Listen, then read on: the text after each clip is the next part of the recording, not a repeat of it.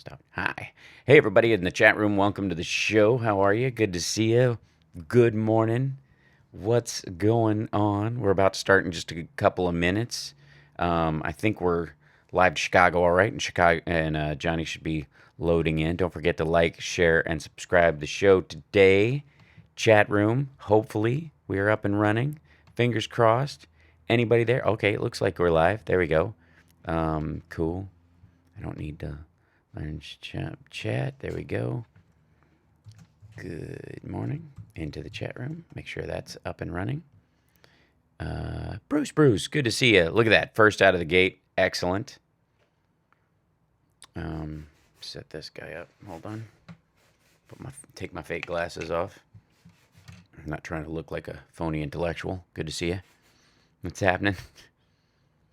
Now I'm keeping the res intentionally a little bit low today. Visually, it might be a little pixely, just to save us bandwidth and keep us from having any major glitches so we can keep the conversation going. So apologies ahead of time. It might be fine where you are. It might just be coming back to me that it's a little wonky, but I'm just being an abundance of caution because I'm in a hotel today. So yeah, so there we go. And howdy. Good morning. Don't forget to tweet out the link if you can. That would be great to the show today. And let's see. What we got on this?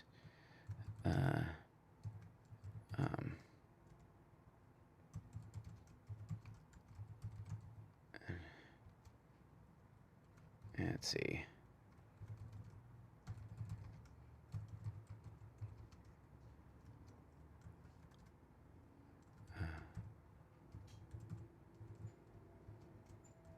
I'm just sending it. Let's see. There we go. Sending out this with a hashtag HSRPM. Whoops. I think Johnny's loading in there. We will find out in just one moment. Yes, he is. Yay! Hi, Lady B. Hey. Hey, Nikos wants to know if you listen to the new Jonas Brothers song. Why in the world would he think that? Hunter's good. Here he comes. Uh-oh, you didn't start something. Hal, the new Jonas Brothers song is fantastic. Don't judge them. I didn't judge them. I judged you for thinking that I would be a Jonas Brothers fan. Where in the world? You were. How They don't wear clothes. You don't wear clothes. Oh, I see. No, you don't wear clothes. I've seen his Instagram. Right. Excuse you. You guys, simmer down. New Jonas Brothers. Step off, youngin'. Hello.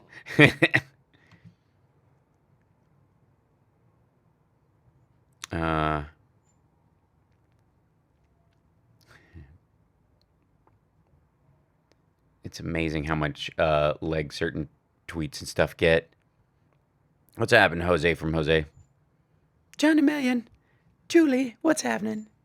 How do y'all find you watching CPAC earlier? They're all chanting lock her up and accusing Democrats of collusion. I know, it's amazing.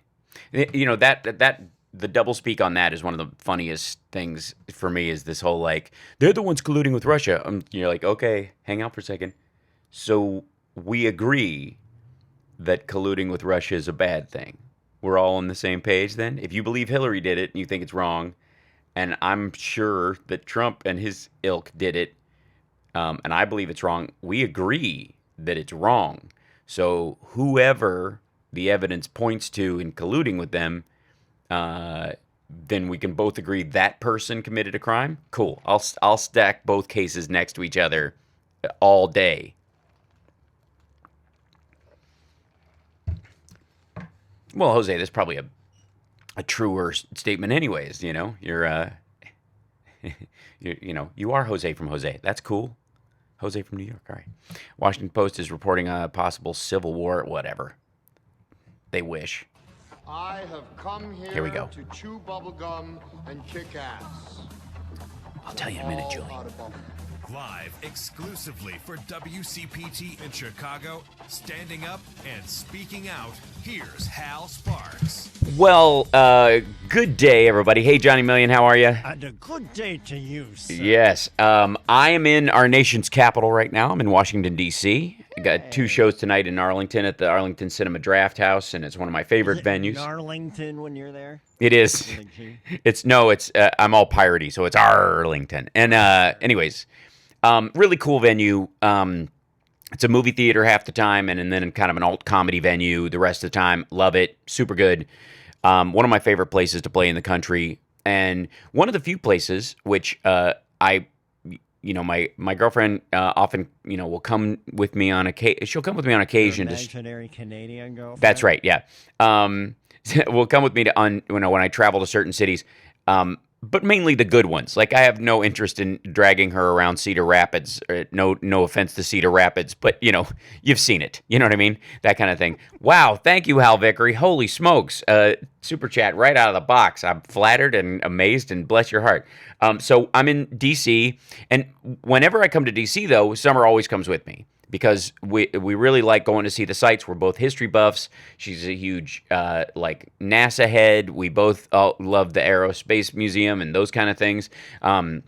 Last time we got our congressional library cards when we were here. You go and sign up, and it's a picture. It's cool. It's a picture ID, which I think, for the record, since you have to go through all this rigmarole and show real ID to get it and all this stuff, that should qualify as a voter ID. I'm going to throw that out there, because that'd be a double whammy and really annoying to those. Wow, Charles Hayden, again, with the super chats today. You guys are so lovely. So right out of the, we have a list sort of stuff we want to check off every time, we come here.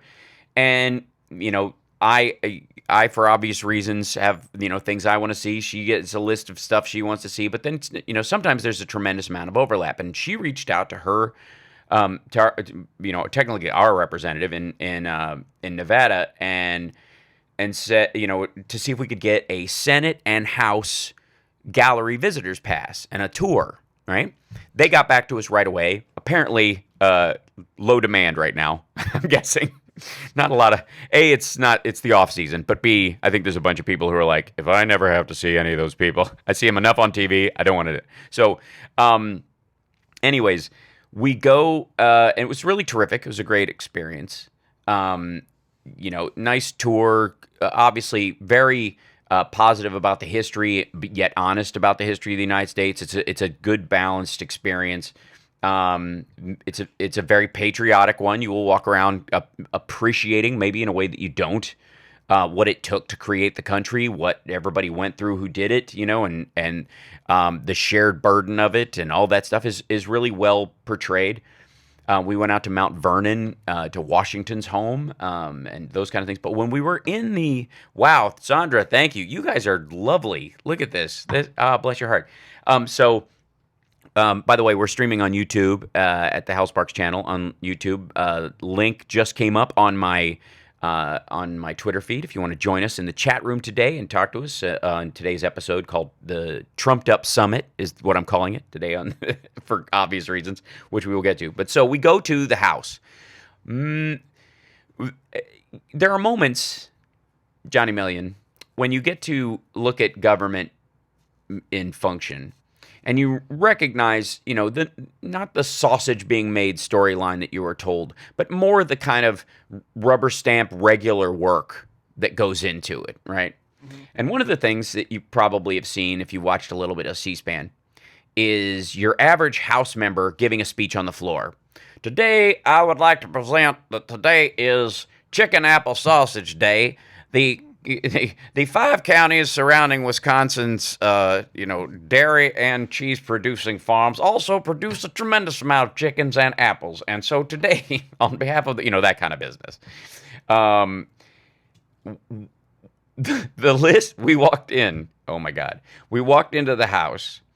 A little bit of kind of perfunctory voting kind of stuff, like little people doing those, like kind of, everybody gets recognized for a minute to do one of these kind of things. And it goes on their, they get to use it in campaign videos, and they also get to show it to their constituencies that I'm doing things for you, I'm showing these things for you. And that the House recognizes one member of the minority This is new rules from Nancy Pelosi, by the way. There was no rule like this when the Republicans were running things, where Nancy Pelosi is allowing weekly, daily, an hour of recognition of the minority party if they want to pretty much say anything they want. Imagine that. Imagine that. And who did we have? Both sides are the same. Yeah, exactly. Right. Yeah, they govern the same. They act the same. They're all tied up. And, of course, Nancy Pelosi's a horrible corporatist who doesn't let anybody have a word in edgewise or whatever the storyline is. But so just guess who Summer and I had the joy of walking out halfway through their ridiculous 1 hour of chit-chat. Thank you, Billy, in the chat room. Just think of the most ridiculous House members like that would... I can only come up with senators. Yeah. Louis Gohmert. Oh. Louis Gohmert basically... He makes headlines for all the wrong reasons. Oh, my God. And he was basically just throwing stuff at everybody in the chat room. Immediately went, Matt Gaetz. No, he's too busy fighting off a disbarment in Florida for threatening a witness with blackmail. But the amazing, just right.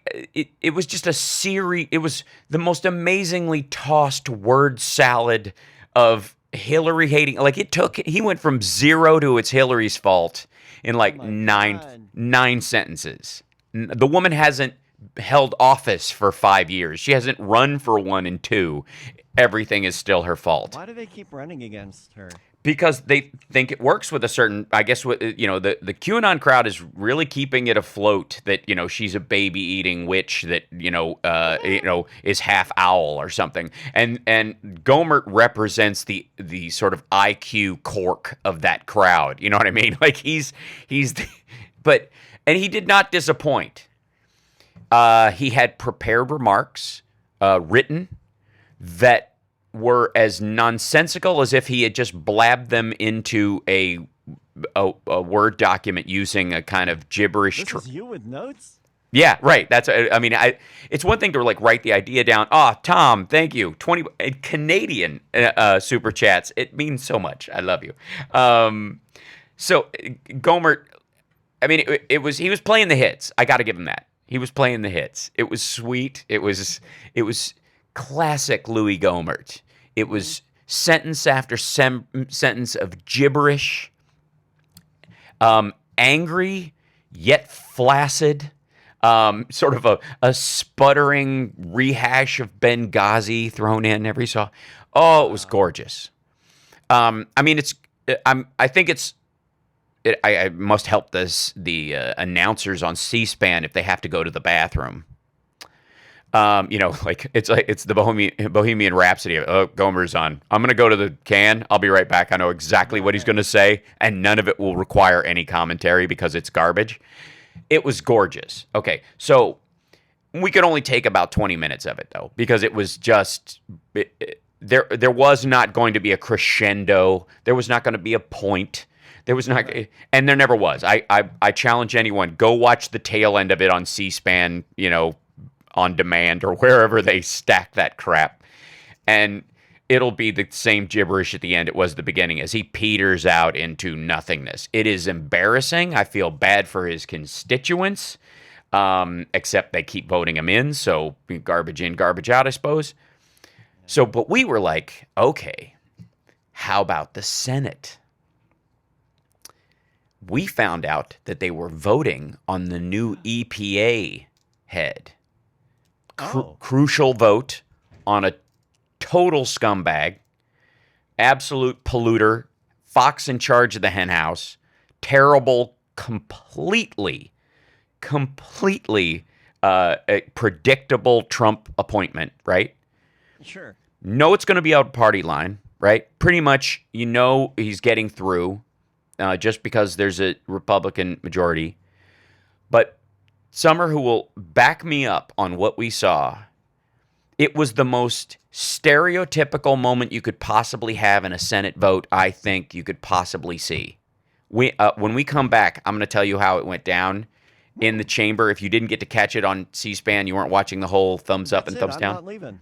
When we come back, it was so telling, so very telling, and I'll also explain why the red jacket situation that was going on there as well. We'll talk about that in a second. It was amazing. We'll be back. It's the House Parks Radio program, Mega Worldwide on WCPT Radio, Chicago's Progressive Talk, now with 100% more Johnny Million. We're going to be talking about the summit. We're going to be talking about Cohen. We're going to be talking about Sean Hannity getting a subpoena possibly. This was the very bad, no good Trump week, and it was glorious and frightening and horrible and kind of hilarious, and there's plenty to come. And thank you, Fessor Frank, in the chat room for the super chat. That you guys are being so beautiful with the super chats today. I can't tell you how much I love you for that. It really keeps us going. You're awesome. We'll be back right after this. Don't forget to check out the YouTube stream, Hal Sparks channel on YouTube. We'll be back right after this.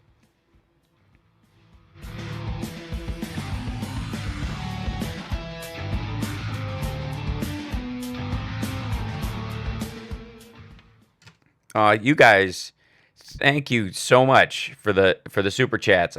That's really sweet. Hal Vickery again, amazing. Charles, thank you so much. Sandra, bless you. Billy, awesome, thank you. Notorious AOC kicking butt and taking names fun. That's great. Tom, thank you so much. And Fessor Frank to the Democratic takeover of the House, Senate, and POTUS in 2020. Agreed. Just a little help for the good of the show. Sending love to you and wonderful Hal heads. Thank you, Charles. Wow. And happy March to you as well, Hal Vickery. That's so terrific. Thanks, guys. It's, this trip, I can't wait to I'm chomping at the bit to tell you guys what happened. But wow. This I was stunned. Oh, we're behind the chat. This is great. The delay on this is pretty stunning. Sorry. So, but we'll get up in just 1 second. And track to this. Throw this in. Don't forget to like, share, and subscribe to the show. I made a graphics to remind you so that you could do it, and it's great. We're getting better at this. It's very good. So there you go. And at Hal Sparks on Twitter. Of course, that's where I announce a lot of the stuff that about the show when it comes out. That's mainly where I go because I'm still on Facebook, but I don't speak Russian, so it's not helpful. Anyways, there you go. We'll be back on the air in a second, and DC is it's fascinating. I love it. I feel like sometime in the near future, Summer and I want to bring her son and my son out here and spend some time, some actual time, like a whole week, that kind of thing, like really take it in, really experience it. I like coming in, living like a local, and I'm fascinated to check out some of these. Usually when I'm in, I've got shows and that kind of stuff, and I'm doing press, so it eats up a lot of my time. We got in a day early, so we were able to go do some stuff. IT Hal is awesome, yeah. How does SF-86 form work for Jared and amending? Also, if you're military, you need to update it for yeah, we'll talk about that.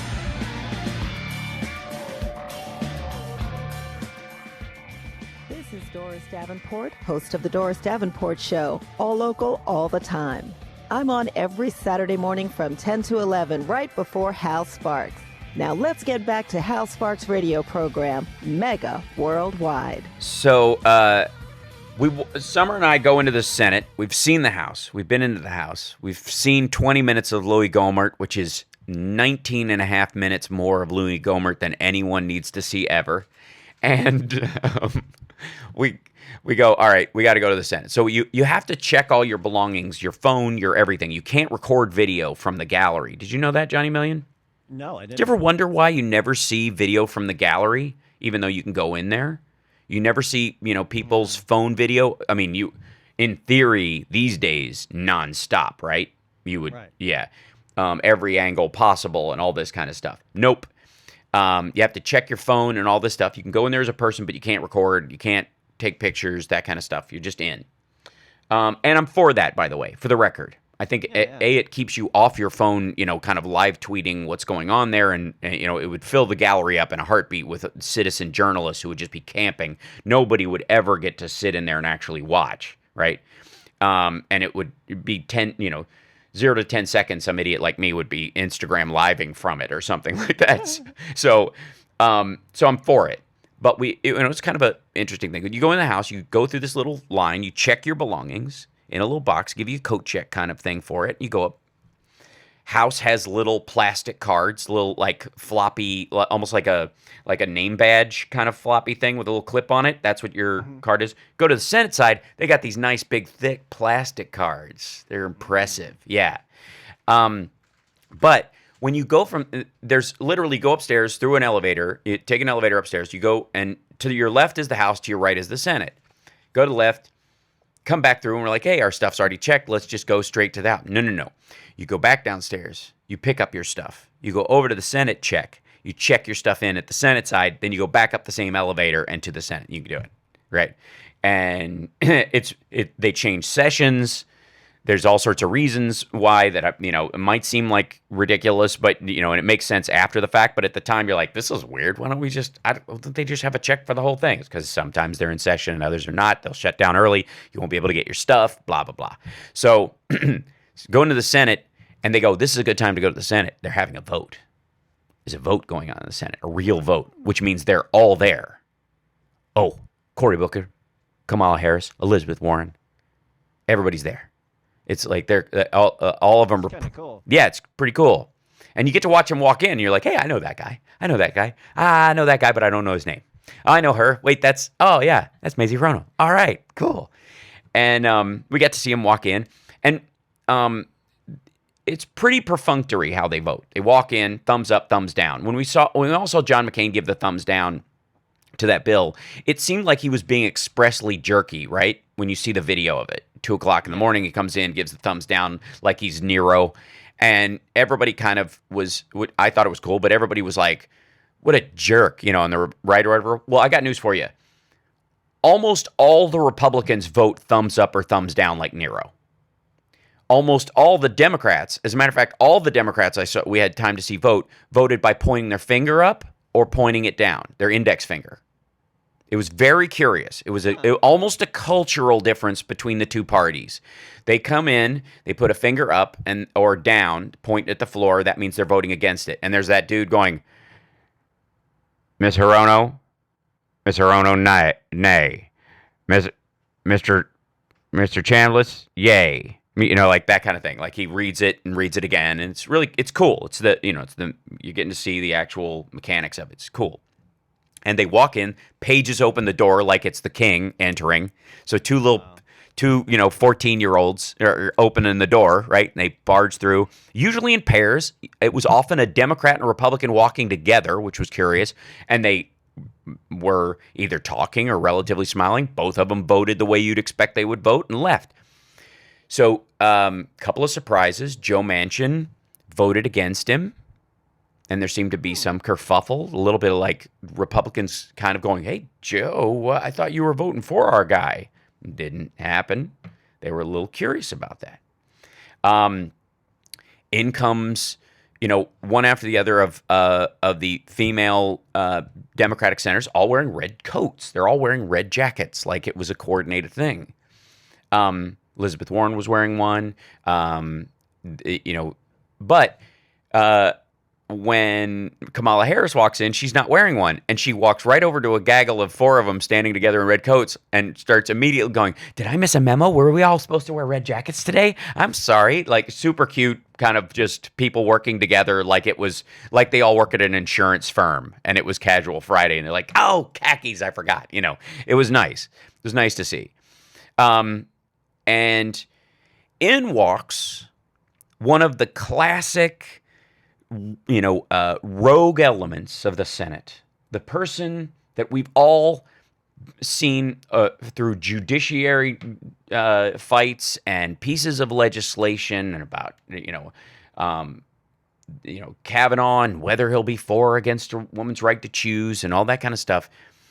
Susan Collins, Oh, wow. Susan Collins comes in to vote and does the most Susan Collins-y thing Susan Collins has ever done in Susan Collins' life, and gives a perfect example of Susan Collins. Susan Collins walks in and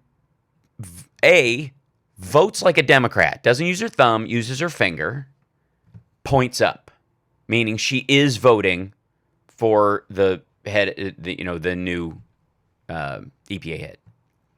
And then, after about 14 seconds, goes, "Wait, what?"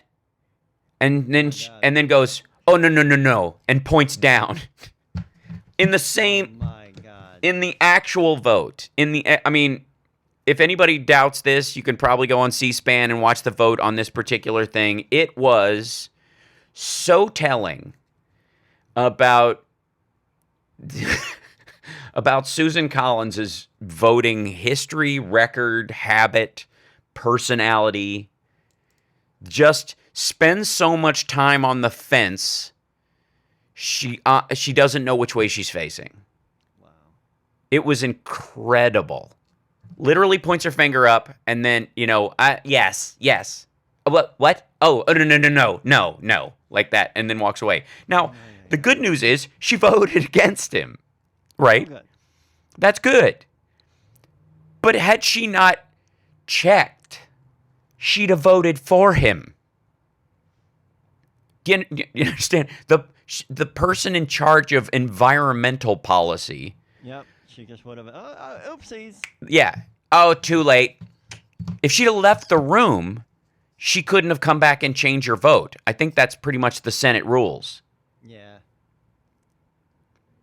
Now, they give you all sorts of instructions when you go in there, because they were doing a vote specifically. And I can't remember, babe, did they do this before we went in the House or in the Senate? It was in the Senate.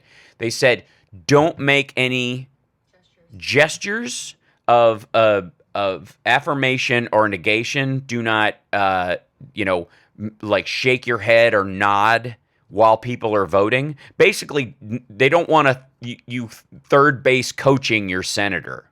They don't want lobbyists or somebody coming in, basically, and sitting there and having the Susan Collinses of the world go, "Which way am I supposed to vote?" and looking up into the rafters and seeing some dude from DP sitting up there who's just, playing tourist that day, sitting there shaking his head left to right, and then suddenly, "Oh, no, I'm not for him."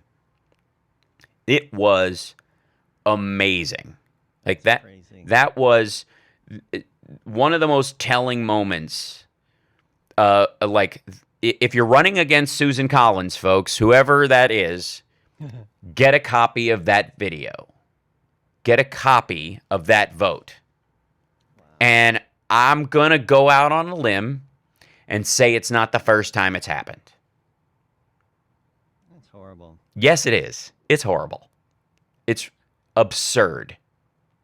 Now, we haven't even speaking of absurd, how's that for a transition? When we come back, Cohen implicates all of Trump's kids in one name bomb in his testimony. Amazing. That was amazing.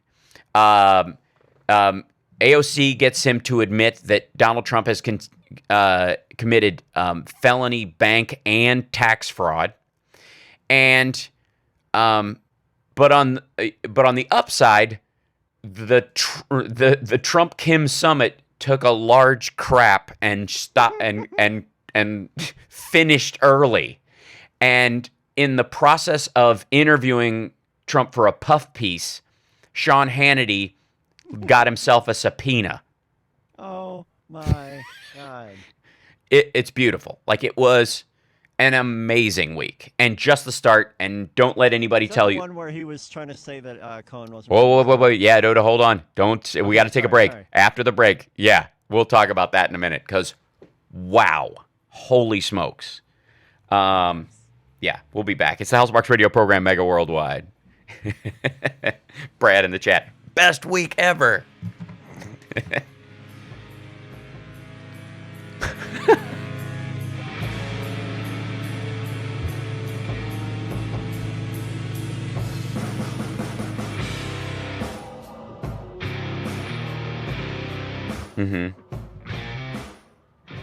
Yeah, Tom, the concern about, people, older people having some degree of cognitive impairment, I'm certain there is something to that. I mean, Strom Thurmond was, 99 when he left, and but the interesting thing is he stayed so long that you could argue that his brain failure and his recognition of his failing senses made him effectively regretful of the sins he had committed in his life, and he had a big about face near the end of his life because of it, because he was confronted with, oh my God, my brain is falling apart. Not everyone does that, clearly. But in the case of Susan Collins, I don't know that it was cognitive impairment. I just don't think she doesn't think that much about it, or it's just a flippant thing, or she's so used to voting the way she's told, either by staff who have done some sort of polling with her constituents, with, or if she's, a lot of times in the Senate, especially, the leadership will give you a pass to vote against something if they know it would help you to vote against it in your in your next race or what have you. And they know they have enough votes to do it. They'll have a couple of kill votes, like, okay, your constituents actually like this person, but we're not going to vote for them, but you can, because we know we're going to kill them in the Senate. It'll never pass. So you can come out and say, I voted for it. I was a rogue. I'm the new black sheep. I'm the new maverick in the Senate. But you've already had a conversation with the leadership saying, vote against us because it's fine. I think she does so much of that, attempting to create the illusion of independence, that she forgets which one. The problem is she's not making principled votes. She's making strategic votes on behalf of the Republican Party. So, yeah.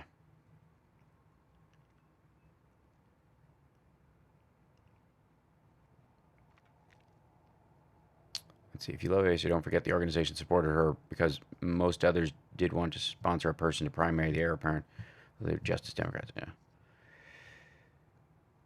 I'm not a fan of the phrase Justice Democrats in general because it assumes facts not in evidence, that other Democrats aren't for justice somehow. It's dismissive and grotesque to assert such a thing.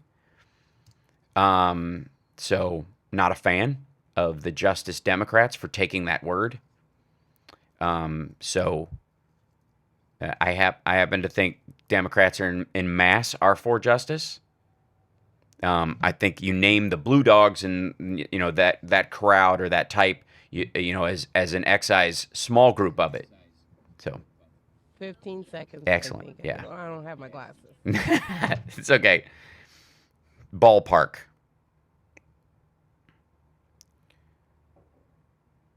What do you think of Lavrov in Vietnam? Yeah, we'll yeah.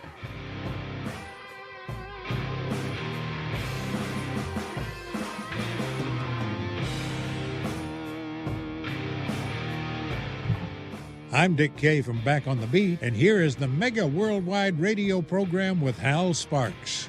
Okay, so the summit happened, and Johnny, did you see his presser? They say they killed it early, right? And by the way, Trump is right after he came out. He's like, he wanted more, like where he's just trying to rationalize how right. How they actually wanted more than what they sometimes you got to walk. Which nobody was surprised by. Sometimes you got to walk. Sometimes you got to walk. Mm-hmm. So he does not know how to just walk. No. He thought he was going to be able to sign a BS document for the only reason he's doing these summits is for the illusion of the positive press that it gives him, that I'm reaching out to people other people would not reach out to. By the way, he's not gaining anything in this reaching out. if anything, he is elevating North Korea's status, and he is lowering the United States status, Nothing back. and then getting zero back. And he was, there's clearly a problem, that Pompeo was there basically throwing himself on the grenade that was the pen Trump was willing to use in that moment. And if you look at that, the little presser he did, he's deferring to Pompeo several times because Pompeo, while he could spin it to make it, more comfortable for the president, was basically saying, yeah, this isn't going anywhere. We couldn't do this, and it's not happening. And, trying to be nice about it. But basically, Pompeo was supposed to be there by himself. This summit was not supposed to be something where the president was present at. It would not, there was no reason, none. I mean, none of these are. Until you're ready to sign something, don't go there. Until summits most of the time when the president is there is about a deal that is already struck. Phony gathering. You get together, you go, hey, we're hashing this out, but the paperwork is done. And that's not what's happening at all. Trump is, because the people who are actually doing the back and forth, with Pompeo's team and the other people or whatever, the news coming back is all bad. Every time the Senate Intelligence Committee gathers these guys together and says, what about North Korea? All the people who work with Pompeo are going, horrible. They're not doing anything. They're not unpacking their stuff. The only reason they stopped that one particular, site was because it was basically damaged in an earthquake caused by their own underground testing. They leveled the thing in front of the press because they were going to have to level it anything. They wanted credit for something that didn't exist. So, and Trump wanted to take that as a win, so they'll just both pretend it was actually a move forward. But there's no illusions in the intelligence community that this is actually happening. And,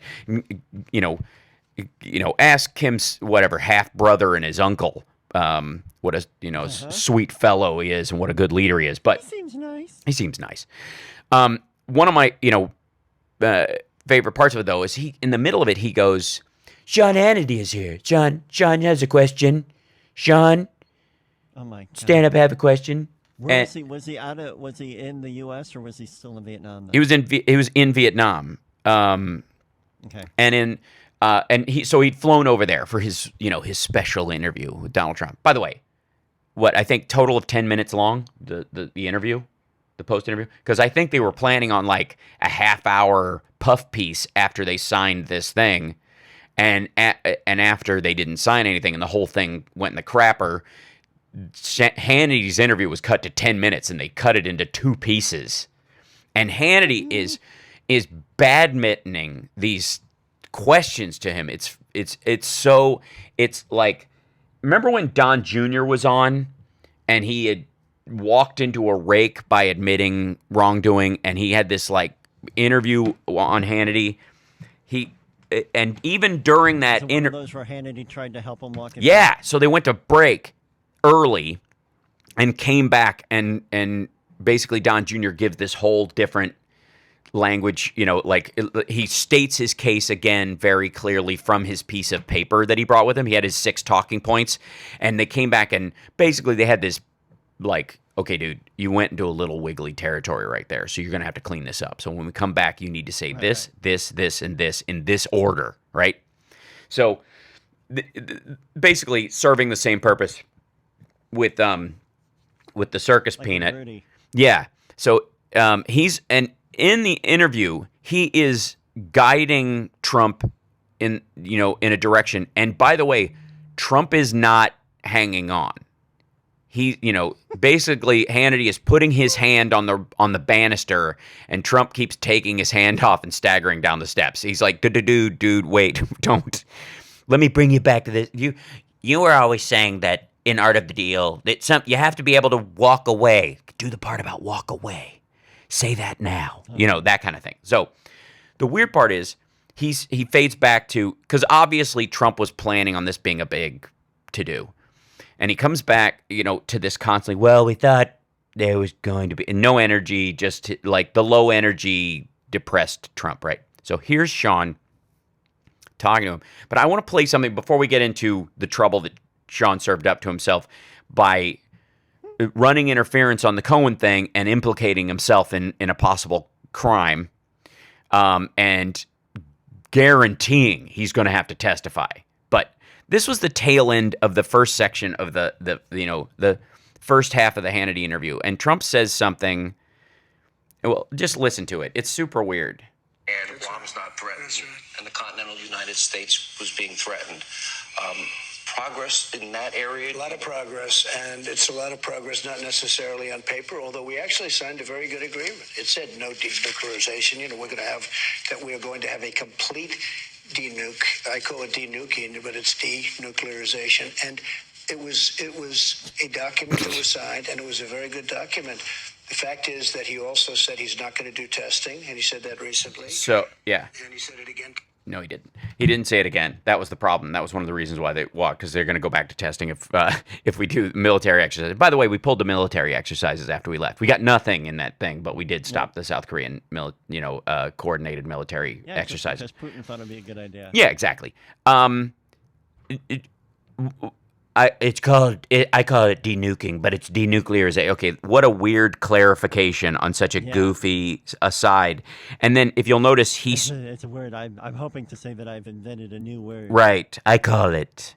It's what you call. Denuking. A lot of people don't even know that denuking means denuclearization. Dude, push your dentures up. So in that statement, he says, we signed a document that said no denuclearization. You're like, no, you didn't. You signed you signed a promise going forward last time in theory. None of us have seen the writing on it. Nobody's ever seen the wonderful letters, the beautiful letters, the wonderful letters that they sent. That they send back and forth that are handed through intermediaries but are never checked by the public or seen, but fine. Okay. Saying there was no denuclearization is a double negative, so that you're not going to denuclearize is what you're saying. Like, he's basically just in his gibberish moment, he said basically that they signed an agreement that we won't denuclearize, like that he agreed to that, which is not what he signed. He doesn't even know. No. But the whole, I call it denuking. It's denuking. It's what the kids call it. But here's the top end of that conversation. This is Hannity starts in with this, and you can tell from the moment this starts that and the chat room, Charles is saying Otto Warmbier. The Otto Warmbier's part where he was talking about him. Yeah. I mean, Putin poisoning people in a London park, Jamal Khashoggi, Otto Warmbier. Trump has never met a dictator he doesn't feel has the absolute right to just murder people and pretend they don't know. But let's start with this. This is just how the opening salvo from. It was part one of that interview. It's great to see you. Thank you very much. Summit number 2, when I heard Kim Jong-un say, was asked the question, are you ready to denuclearize? His answer was, I wouldn't be here. Otherwise, I wouldn't be here. And then he goes on, and you said that might be the best answer you've ever heard. Well, and we're working towards something, but we didn't sign anything today. Okay, first of all, so he's guiding him right towards, we're getting there. We didn't sign anything today, but he's obviously willing to do it. So we've got some points we've got to hash out and how and when. By the way, I don't want to give anybody any ideas, and I certainly don't want to teach people how to lie. But there's a certain point where you could have spun this after he said that and you walked away as a genuine deal-making moment. You could have. You could have taken great, he's willing to denuclearize. We're just arguing about the when of it, and if he's not willing to do it on our timetable, we have serious security concerns about that, so we're not going to sign anything. But we will continue to talk about that, and I think we can get him there. That's all you got to say. That's all. Instead of that, this is what we get. Quite work out. I would say that I wasn't satisfied, and perhaps he wasn't satisfied. good relationship, but I decided that this wasn't the right time to sign something. So we'll see what happens over a period of time. It's funny, it came up on the radio show. We've known each other well over 2 decades. Yeah. The Art of the Deal. One of the key components in the book is you say you always got to be able to walk up to the last second. Yeah. You always have to Reagan, be- Reykjavik. Well, whether it's Reagan, whether it's anybody, I mean, you have to be prepared to walk, and this just wouldn't have been good for our country. And frankly, he can look at it the same way. Maybe he can look at it the same way, but we get along really well. He's So a different weird. kind of a guy, and I just said, look, this isn't going to be working. So I have a feeling something down the line will happen, and it'll happen. It'll be good. But this That just was wasn't your choice. You said, this isn't Well, the deal. let's go with both. Let's go with both. I don't want to say it was my choice. It was something that he wanted to No, do, he and I already didn't said want to that. do it. And I just don't think it would have been good, maybe for either of us. But we'll get Super something weird, worked out though. eventually. Can you give us any insight into... I mean, there's a listen. Think about that for a second. This is Donald Trump, who stomped all over 19 Republicans in the primary. Low energy Jeb Bush, little Marco, all this stuff. Who is literally not even allowing Sean Hannity to raise it to the point that you walked away from the table. He had to make it. Well, we both did, and it's probably good for him too. And, we both need to, that is amazing that is coming from Donald Trump. And it's amazing that it's coming from an American president.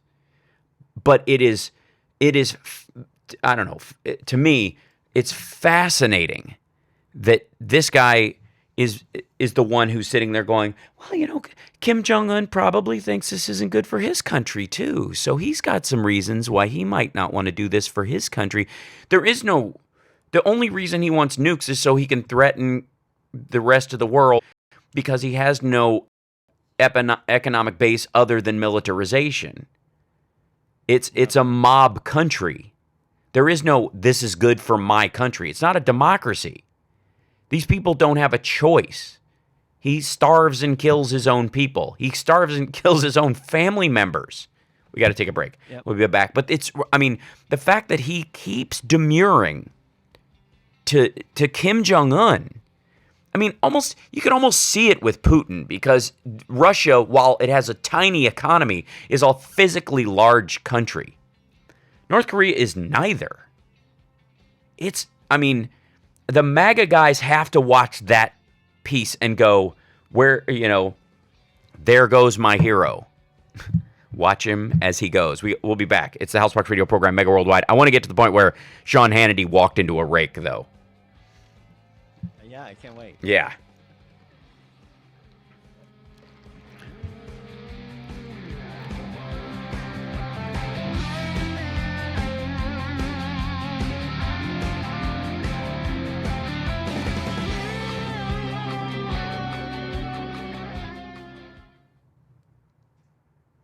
Yeah, Al Vickery, absolutely right. The fact that Vietnam is where Kim Jong-un was able to murder his half brother or whoever it was, the guy who liked Disneyland, who liked to travel. I don't. Yeah. I get something in the oven. Ooh, Fessor. Muffins. I haven't played any of my games today. Clinics. Basically, Brad, unfortunately, the examples of Iraq and Libya pretty much guarantee that North Korea won't give up nukes. Best we can hope for is that they stop missile development, in my opinion. Yeah. Well, one of the reasons why people are having a nuclear program in the first place is simply to defend themselves against other nuclear powers, or because they watched the United States and Russia use mutual assured destruction as a functional system for their, his uncle, thank you. Mutual assured destruction as a way of guaranteeing themselves a place on the world stage. The United States had it economically, but Russia did not. But Russia literally got itself on par with the United States simply through nukes. Sounds like you got dumped after a bad date. Yeah, it's like a weird part. Like Trump was on The Bachelor and got ejected early. I thought we had a connection, but she had some reasons and I had some reasons, and maybe together maybe it would work out. If she doesn't choose someone else, there's always the chaos rose that they give you later. I could come back. So, Owen Hannity questioned about his connection to WikiLeaks. Right. Oh, well, the Don Jr. stuff's coming, too. He's going to get asked about that. Off topic, Hal, do you have any plans to see the new Apollo 11 IMAX documentary? If Summer has anything to say about it, absolutely. We got up at 2 o'clock in the morning last night and watched the launch of the Falcon rocket. Is excited, huh? Dragon. Yeah, or sorry, the Dragon. Yeah. And the launch was awesome, but sticking the landing on the Falcon was amazing. Okay, 30 seconds.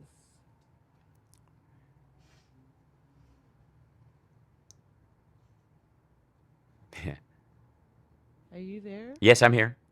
Sorry. Hello. Oh, you scared me. I'm sorry.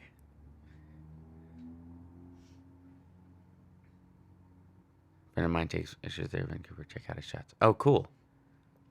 Cohen's coming back to testify on Wednesday again. Yeah. The dummy astronaut on board was named Ripley, and then the little gravitational zero gravity device was just a stuffed Earth.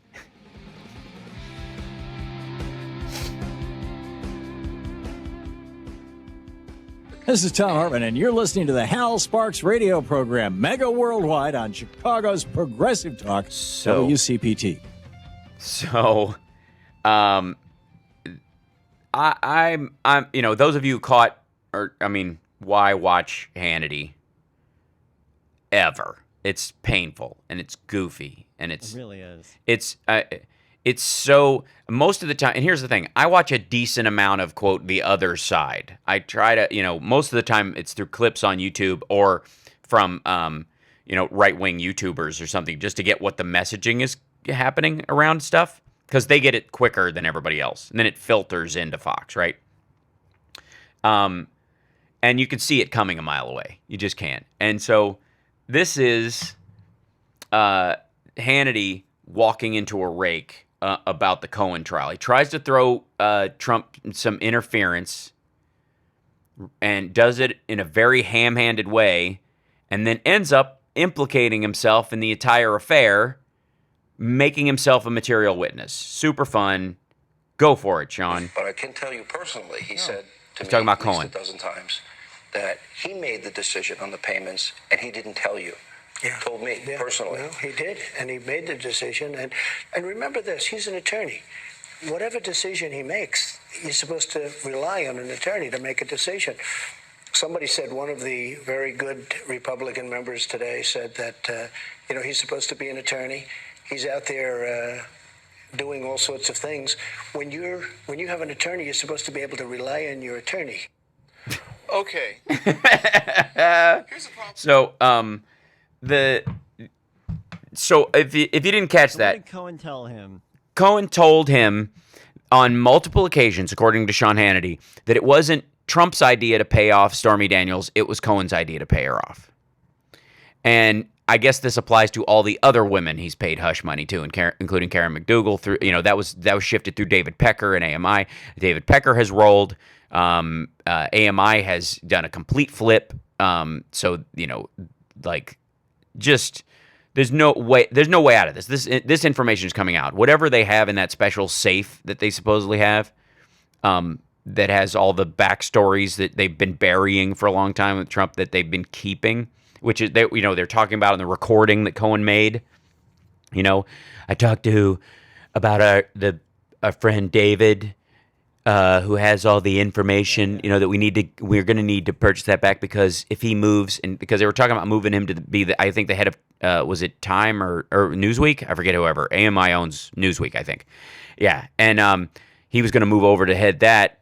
And so they were worried that if he left the National Enquirer, whoever came in would go, oh, well, he's already in office and I don't like the guy, or I don't have any particularly loyal to him. We could make a crap ton of money selling cover stories about all the stuff we buried about Donald Trump for the last few years. I mean, these are just seeds waiting to grow into trees. I don't understand.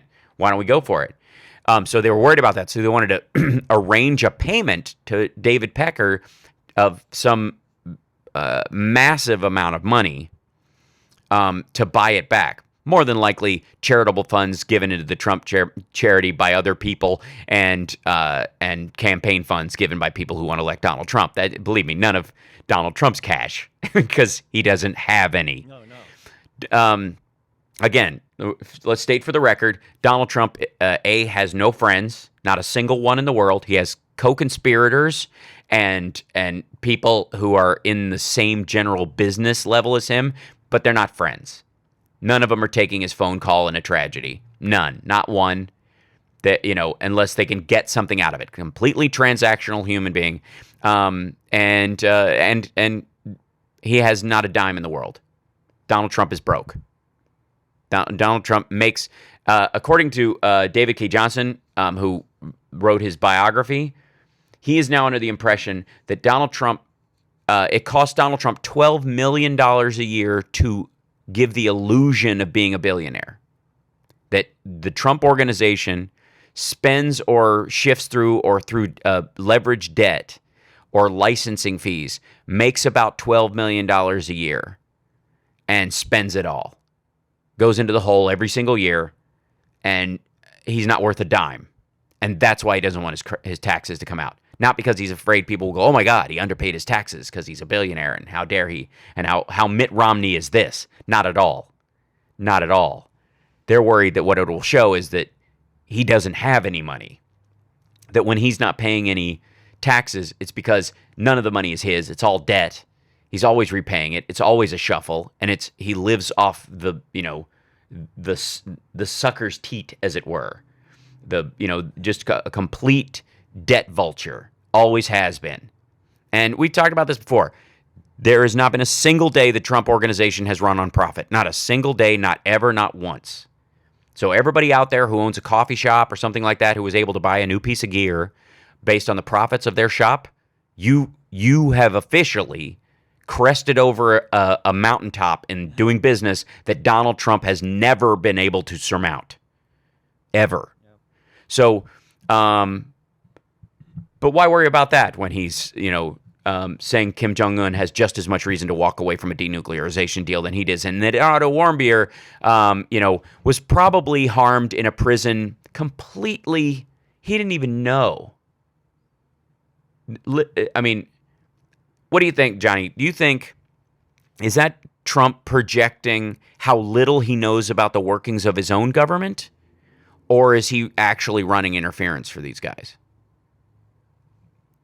I've been struggling with that. Interference for which guy? For Kim Jong-un. When he says Kim Jong-un didn't know what had happened to Otto Warmbier, and he takes him at his word and all that stuff. There are two ways to go. He's totally he believes it because it's convenient, and it beats trying to figure out what the truth is. Mm-hmm. And because he doesn't want people digging into his truths, and he wants people to take him at his word.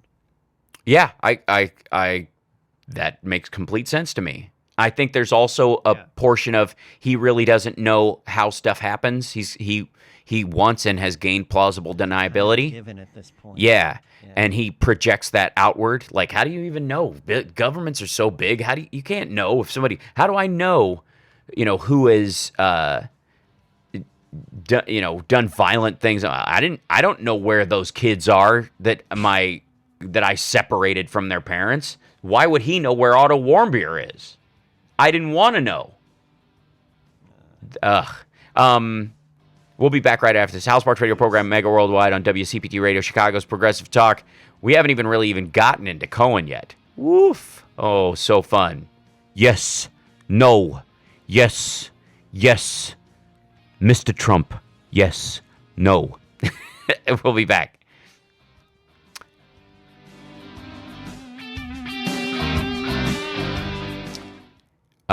Lady B, can you send Johnny's audio a little louder my direction? For some reason, it's low. It's low. And I've got it turned up on my end as high as I can without it being ugly. Potential? Possibility? Anything? Check one? Lady B?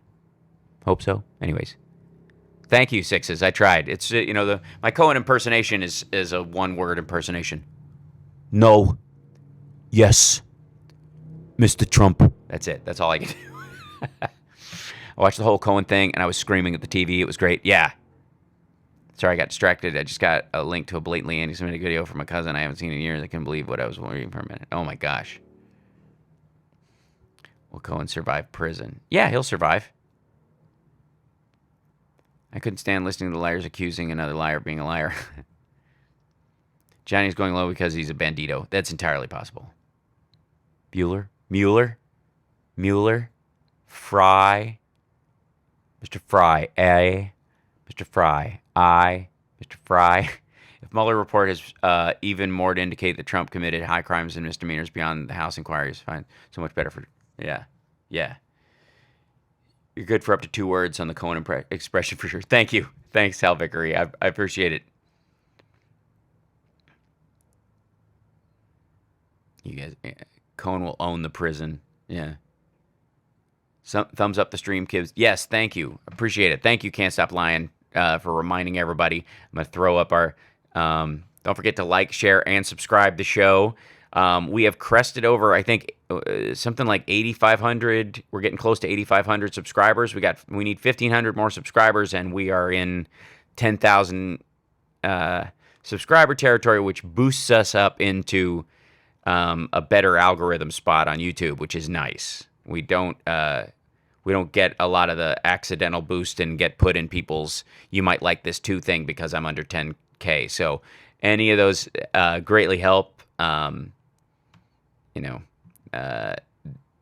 Please pass it around. There you go. And let's see. Like, share today. Thank you, Hal Vickery. Cell phone and hard hat, C-SPAN radio. Let's see. 2013 Trump in Russia, Snowden data dump, Putin cultivates Trump. Yeah. Yeah, and we got 236 people in the chat room. We're getting close to record territory again, which is really nice. This send out for hour 2. Great. Oops, just logged on and forgot to do my thumb. Oh, thank you. Yes, give the show a thumbs up while you're here for a second. That greatly helps us. Appreciate it.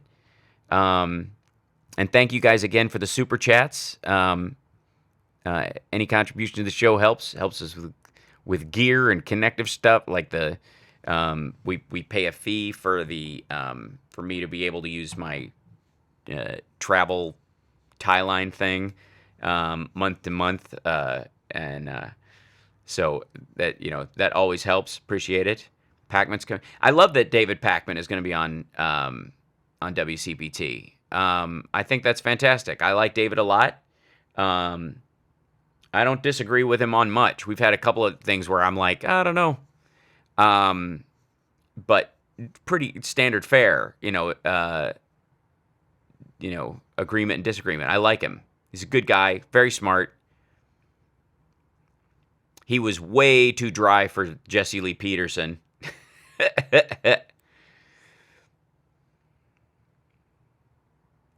Yeah. Here's my happy ending. Chicago will be electing its first female black mayor. I certainly hope so, Maureen, and we will do that as a happy ending once she's elected. I like David. Watch him on YouTube. Yeah. And it's nice. It's good that he has the outlet. I don't know how many other radio stations he's on. I know they podcast their show, but it will be good to have him on and available that way. So it's cool.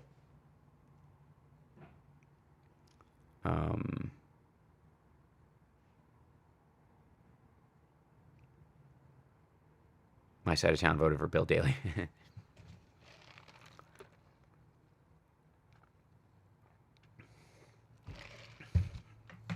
Let's see.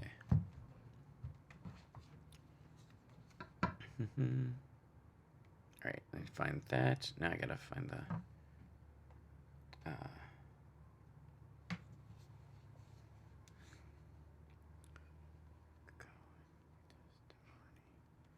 30 seconds. Okay, excellent.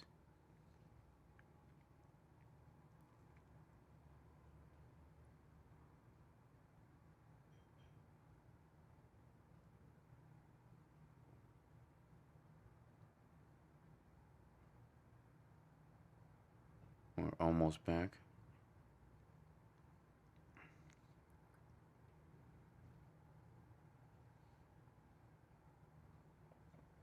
In 1 second. You're listening to the Hal Sparks radio program, Mega Worldwide. I've had people walk out on me before, but not when I was being so charming. Video streaming at halsparks.com. I don't care for you or for the putrid sludge you're troweling out. Damn fuss-faced little pimp stick. True progressive talk. Might be a good time for you guys to give up.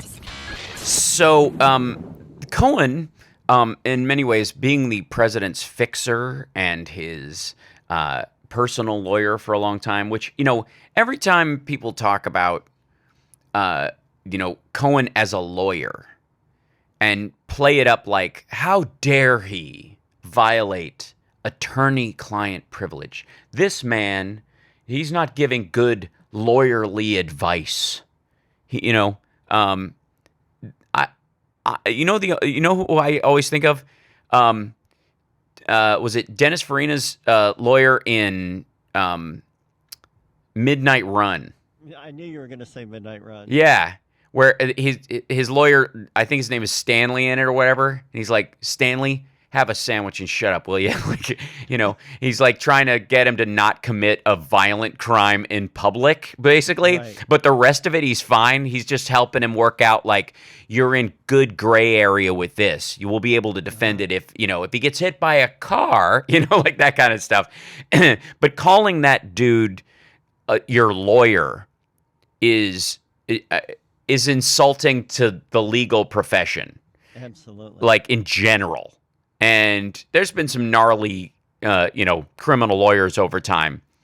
And a good portion of them are just doing their job defending the client that they're paid to do. But there's a huge difference between your regular run-of-the-mill criminal defense attorney or litigator trying to make, through tax law or whatever, get the best situation for their client, which is what they're paid to do, and a mob lawyer who is basically finding ways to make as much criminal activity as easily hideable as legal as possible.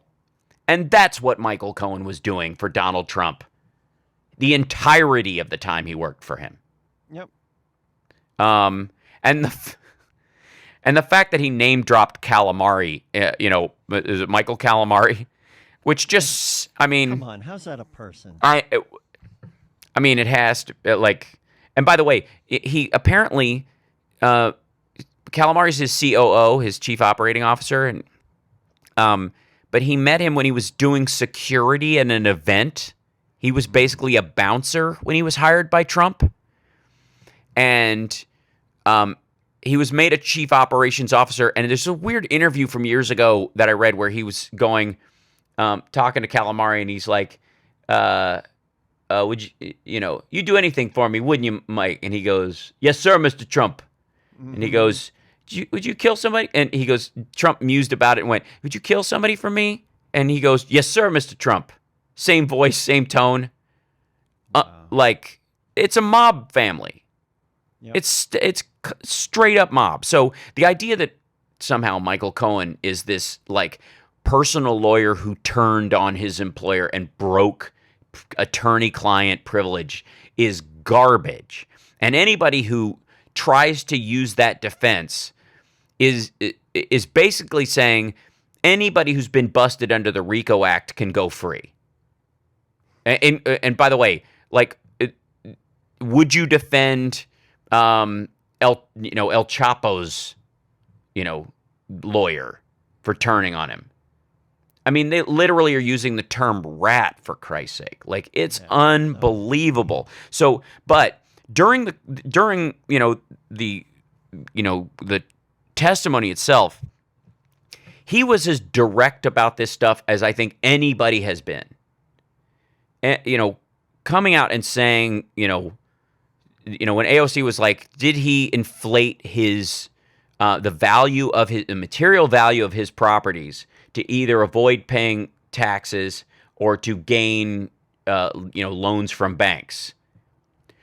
Yes. Like, there was no, ambiguity, dancing around. He explained, and on some things I really liked his testimony. I It did. was very clear. Yeah, and the funny thing was, they're like, "You're a liar. Why should we ever trust you?" Because he gave yes and no answers on this stuff. And when they came to collusion, he's like, "I didn't see it. I don't know. I didn't see any of that, or whatever." It's a little tough when you just he didn't go all in. No. On everything. He did not automatically just, play the party line or tell untruths. And Elijah Cummings, apparently, at the beginning, he was like, said, you go out there and lie, we're going to bounce you. You're in trouble. I don't care what you say, but it better be the truth. Right. Yeah. And if and they're like, "Did you coordinate with any members of the Democratic Party?" I'm like, "Yeah, they issued the subpoena, the invitation, and they coordinated when it was going to happen." Of course, they're talking to him and his attorneys. And why are those documents in boxes? Right. Oh, that guy, that was glorious. So this guy, ex-cop, I forget, Higgins, was his name, which, I mean, just sounds like a replacement character on the Dukes of Hazzard. You know what I mean? Like, but the actor who played Boss Hogg got a better offer, and so for a half a season, Boss Higgins is coming down here. Now, you boys, let me tell you what. I got something to tell you. Mr. Cohen, the document that I'm holding in my hand right here, why have we not seen this? What do you mean you're not seeing it? You're holding it. Basically, where did you get this information? From my files. Where are these files kept? They were in storage. Why were they in storage this whole time? Well, I put them in storage after the FBI gave them back to me.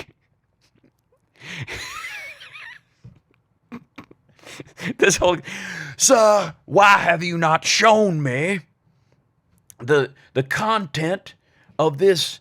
Why have you not given us these documents that we have clearly had this entire time? How dare you, sir, not give us these documents that I have had for a week and a half? That in and of itself was just incredible. Like, that was gorgeous. But the fact that he's coming out there, he's not saying, "Yeah, I'm all good to be I'll give you whatever you want to get Mr. Trump.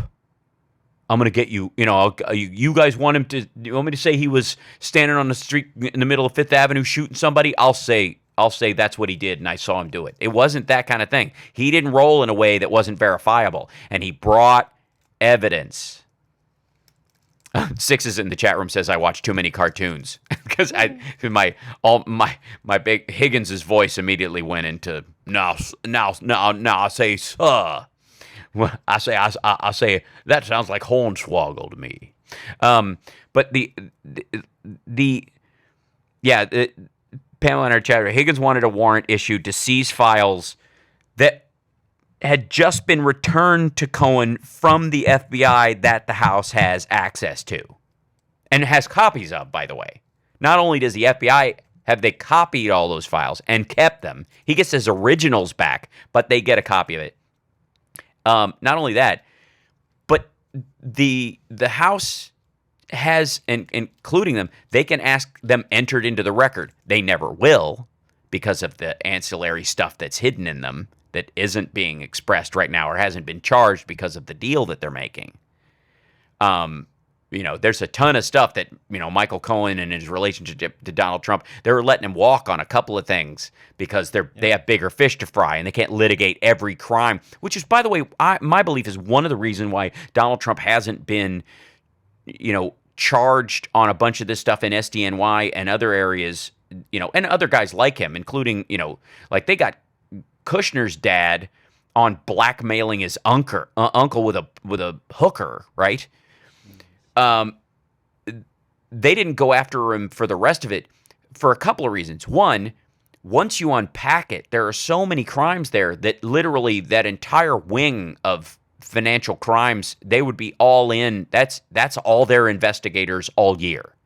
Yep. And the Kushners have enough money that it would cost the city $1.5 billion to fight this, and they wouldn't gain anything other than stopping this guy who might be, greasing the city, but mainly his own investors and the like. Like they weigh the crime against the cost of litigating the crime and go, all right, well, it's kind of the same thing about whether or not you put a criminal in jail or not for a crime versus whether or not you let them, get probation or not.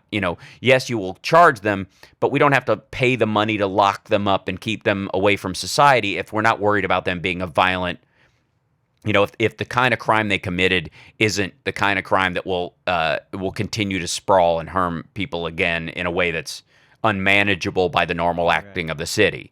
And so a lot of these financial crime things, they go like, it's going to cost us $4 billion to bust this guy for $1 billion worth of bad news, and we're going to have to unpack all the other people that he's in business with, and that's half of the real estate in New York. Good Lord. They do that, and that is what has protected Trump this entire time. If they pull that thread, the whole thing falls apart. If you try to get the Russian money, or for that matter, the Chinese money out of New York real estate through hidden LLCs and all that stuff, and the people who helped them shuffle it through Deutsche Bank and other sources, you start doing that, the financial cost to the city, in just handling it, much less what happens after. Where do those buildings go into some sort of weird escrow, and you have to auction them off? And who's able to buy them at that point? Do you have to pass a law so that New York State or the city can actually limit what LLCs or non-visual bankers can now buy property in New York City? Like the unpacking of how stacked and garbagey the New York real estate laws, and quite frankly, most of the big cities in the country are like nearly insurmountable for any prosecutor.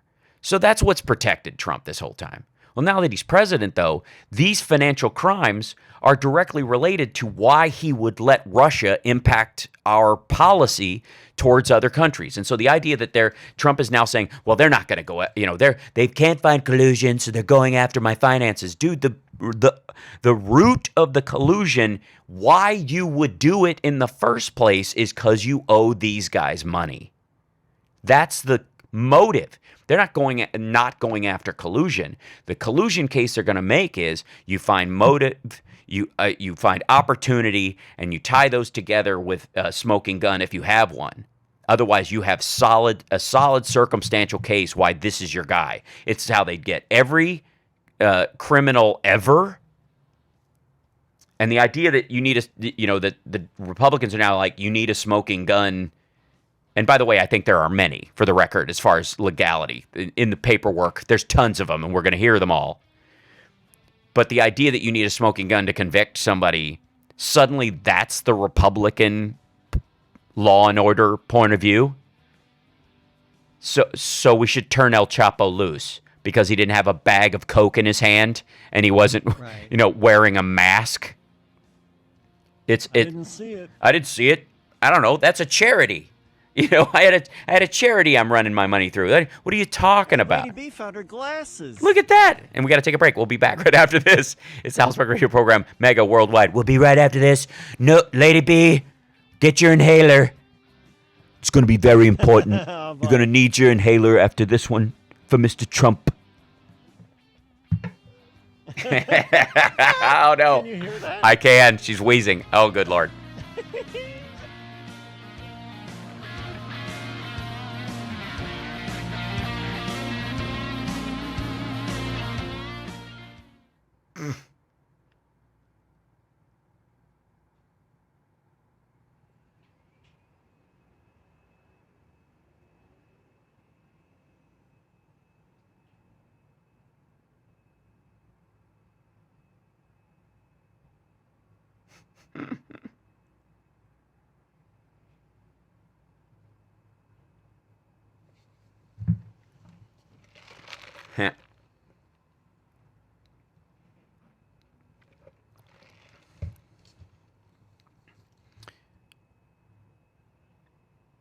Bernie is kicking butt with his speech, but all I can think is he gets a nomination, he may, and he's going to choose Kamala Harris as his running mate. He's not going to choose Kamala Harris as his running mate. Don't even, float the idea. Won't happen.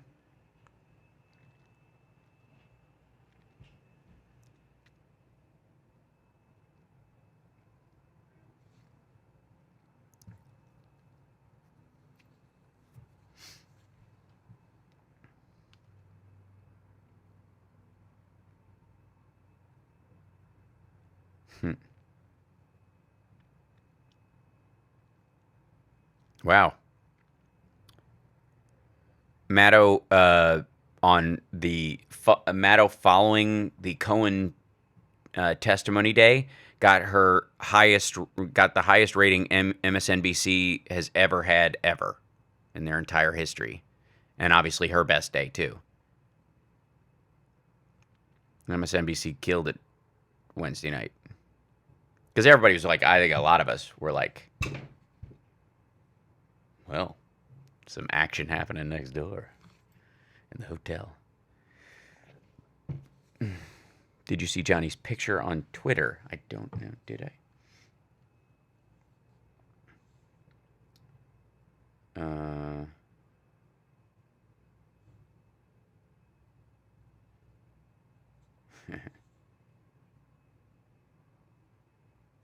are you, Johnny? Where are you, Johnny?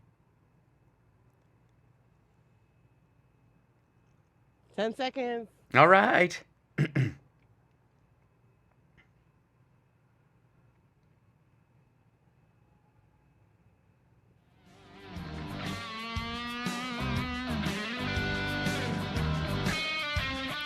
don't see it. So this is Ron Calgill. And this is Robbie Earhart. And you're listening to the Hal Sparks radio program, Mega Worldwide. Whoop. That's a lot to say. Why doesn't he just say the Hal Sparks Show? I mean that's much simpler, isn't it? I know. We're a Mighty House radio show. That's easy.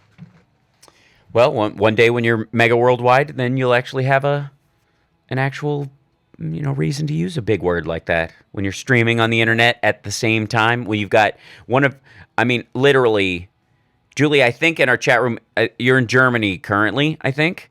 I can never tell because she's all over the place. But one of our moderators in the chat room on YouTube is in Europe. I think I qualify. You are world mega wide. Thank you. Dick K. That's right. That's right. I am. According to Dick K, I'm world mega wide. So obviously the name drops that were important during the Cohen testimony were Ivanka, Don Jr., Eric, all got their little time mentioned. Which was pretty direct. Donald Trump Jr. Would have signed off on that as the head of the company, and Alan Weisselberg would sign the checks always. Okay, now Don Jr. is in the chute in terms of the payments to repay him for Stormy Daniels, and which literally means he's on the hook for any other payments that went through the Trump organization of that ilk from the Trump Trust or his personal account. So guess who's going back in front of the House? I'm going to guess they're going to push for it to be in public this time, which would be lovely. But this is the first time Ivanka, I think, got a hard name drop in this as well. Yep. Which is got to be a scary moment. Time to lawyer up. Just saying. But then, so Alan Weisselberg, we've known for a little bit that he was one of the people who flipped as well. Weisselberg ran, as the CFO. There is no one who knows where every dollar of the Trump organization is, or every lack of dollar there is, like Alan Weisselberg. Even the kids don't know. Definitely not Trump. Alan Weisselberg, if there's the old adage, he knows where the bodies are buried. He also knows the checkbooks that were buried in the casket to hide them. This guy knows where the evidence boxes are. And he's got the key to Hester Moffat's storage facility. You know what I mean? And there was this story. I don't know if you heard this, Johnny, when they were first sort of talking about the Trump organization when Trump was running. And I want to say this was 2016. It kind of came out. And they were talking about how many LLCs the Trump organization has, subsidiary LLCs that they have. And basically... it's in the hundreds, right? It's in the thousands. It's like somewhere in the order of like 1,500 or 2,500 LLC filings. So it's ridiculous.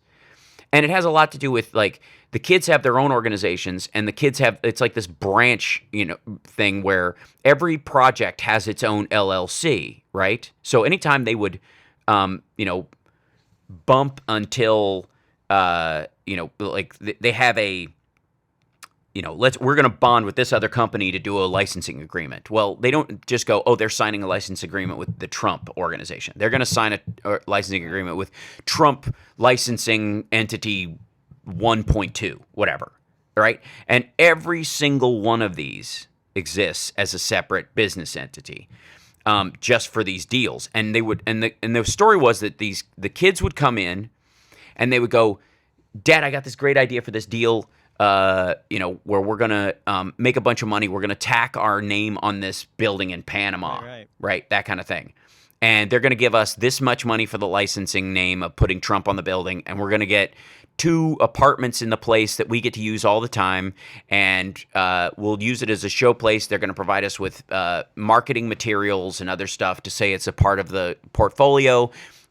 We'll chain it in with our, the hotel branches and the condo sales organizations that we belong to so that, when people are looking for a Trump property, they'll also see this in Panama, which is basically like, it's sort of a weird, like Expedia kind of thing that they run. That there are these big buy property all over the world kind of things for real estate holding companies and rich people who want to buy stuff and, vacation properties. It's like multimillionaires who have like timeshare kind of lifestyles. And they just have, we have the place in Panama, so we bought that, right? They sit on it, they let it appreciate it as a real estate entity, and then after a while they dump it if they don't want to have it anymore, or if the tax burden is over whatever the raise is going to be on the property. It's just worldwide financial shuffling. Happens all the time.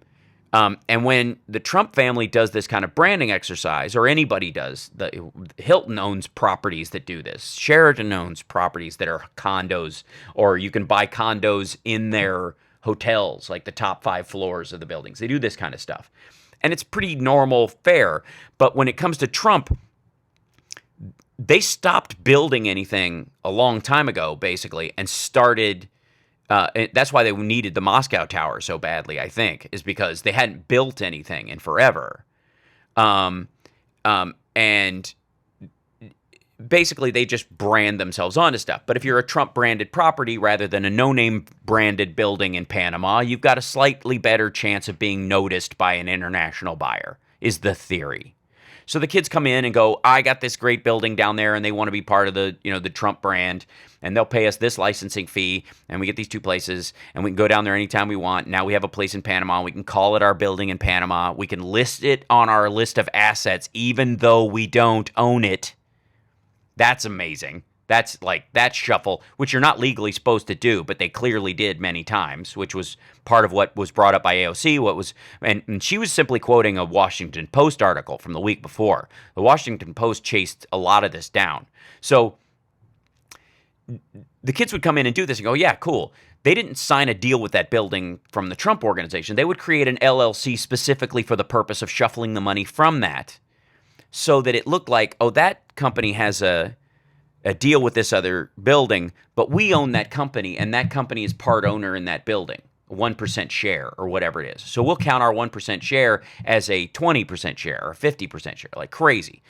So in total inflated BS net worth, totally like counting buildings that they simply have a name stamped on as an actual property. And after doing this for decades, he has no idea where these deals went or what they are. Like, he might know the checks coming in, Trump does. You know, he might see, oh, we getting that, oh, the Panama property paid us a bunch this month or did whatever this year. But Alan Weisselberg knows all of them. And he knows where all the LLC corporate papers are stored. He knows whether or not they were legit or whether they've been carried out. And he's next, because I've been saying for a long time, and everybody, you know, there's a very strong chance that Don Jr. will get pulled in front of this because he's the current acting head of the Trump organization. But only after Weisselberg and after the House and SDNY concurrently on 2 tracks start going after the Trump organization as a criminal enterprise. That's the next step. And for everybody who thinks that's not collusion, that has nothing to do with Mueller's mandate and it's overreach and blah, blah, blah, the very reason that he is over-leveraged, has none of the money he says he has, is completely, you know, running on Feng Pi at this point. That is why the Russians had primary leverage over him monetarily. They know that he's been involved in, you know, the money they shuffled to him is money that was probably from sanctioned sources. It's illegal. He knows it. They know he knows it. They have that over him. PP tape be damned. There is definitely evidence out there that shuffled money's for there. We got to take a break. When we come back, we got some callers. 773-763-9278 is our number. Uh-oh. What's up? I don't see a break happening very soon. Oh, no? Is Lady B, did she take a break? There's no Lady B. Oh, that's okay. We can keep going. I'm trying to... Trapped under something heavy. See, this is just me trying to be a good host and go when we're supposed to go. Like, hold our hard breaks, right? You're supposed to. I know. I was like, I was doing pretty good. Yep. God knows I don't need to stop talking. You know, 'cause I will keep talking. Don't get me wrong. If we didn't need to... Yeah, just tune into YouTube. Yeah, exactly. I keep chatting the entire time. Like half the time I'm kicking myself because I'm like, okay, don't say that part until we're back on the radio, because at least I want everybody to be able to hear what we're talking about. But in in terms of the Cohen testimony, and he's coming back next Wednesday, and Eric Swalwell said on Maddow that it was incredibly fruitful what they had brought, what he had given in the testimony he did the day after. Fellas, all those folks, he specifically, laid down evidence that they had participated in financial felonies. And Charleston in our chat room makes a really good, he goes, it's not collusion, it's conspiracy. Yeah, from Malcolm Nance. Yeah, because Malcolm's been making the point, like, collusion is not technically a crime. But what Donald Trump is, and maybe this is the pushback, when he goes, no collusion, go, yeah, no collusion, it's called conspiracy. It's collusion is like elbow knocking compared to this. Like, hey, maybe we should do it. It's like a prank comparatively. Yep. Donald Trump conspired to give Russia effectively control over foreign policy in the United States concerning things within its interest in exchange for protecting his financial interests and clearing him from possible financial or blackmail of like moral blackmail, if that's effectively what it is. That's what's going on. And so when Donald Trump says, now they're going after my finances, they've got to do my finances because they didn't find any collusion. No, dude, your finances are why they know you're colluding.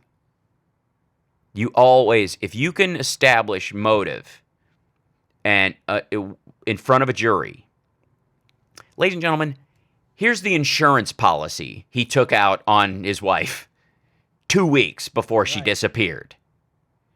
It says he filled it out and didn't tell her, and she disappeared 2 weeks later, and he came in the Friday after she disappeared, before she'd even, been, declared officially missing, and was trying to claim the money.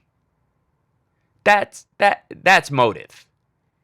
That goes a long way towards convincing a jury that this man conspired. And then you go, oh, by the way, the other person, and he owes money to a person who was driving the car she was in when she was last seen. So they conspired to get an insurance policy and split it. Yeah, we're way over break, B. Yeah. Welcome back. Is she got us? She kept walking. Yeah, she's got birthday cake all over her face. Oh my gosh. No, I'm kidding. That's what it is. Oh, okay. Whose birthday? How did I miss cake day? How do I miss it every single time? Yeah, we'll take a break. And then we'll come back and then we'll take some calls. But this is them establishing motive. First part of every criminal case, locking down motive. We know he had opportunity. That's next. When was he in Russia? How long did he hang out? And here's his opportunity. Set up a back channel. Jared Kushner had security clearance he wasn't supposed to have, so he could set up a back channel. That's your opportunity. And then you lay down the evidence. This is the contact. This is what they benefited from. That's how this is all working out. Do you guys not watch Dateline? Do you not watch Law & Order? Am I the only person who sits there as my girlfriend watches true crime stories all the time? We'll be back. It's the Hal Sparks radio program, Mega Worldwide. Well over break.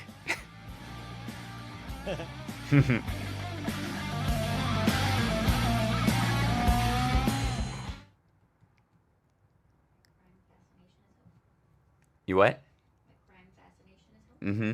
It is.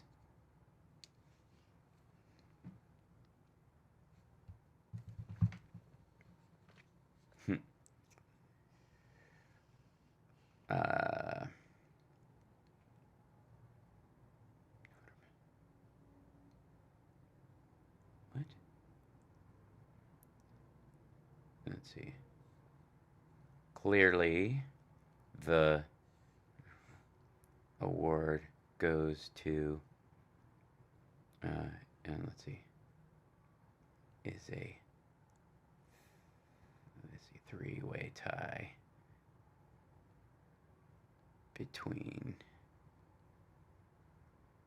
HSRPM, let's see, hashtag QA family, and lab rats. There you go. P.S. Zoltan.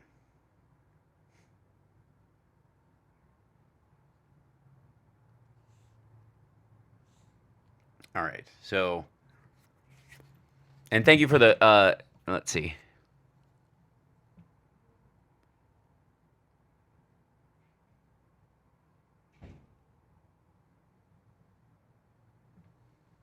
Law enforcement people look like Mueller are trained to look for money trail. He's not stupid. Trump, on the other hand, is, clearly.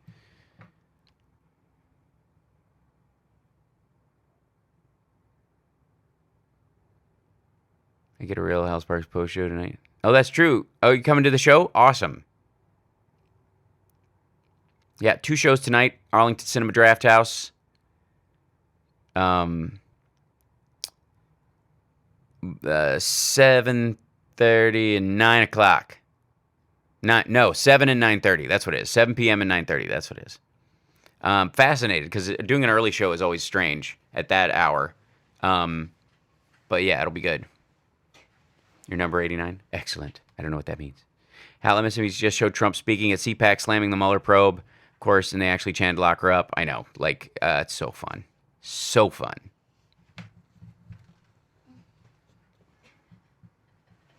It's so weird. We have this lamp in the room that keeps flickering, and I can't tell if we're being haunted by the ghost of George Washington, who was making the lights flicker when we went in the thing. If it's Summer, who just gives off an electromagnetic field that affects certain filaments, or if the NSA has a bug in that bulb and it's just not working.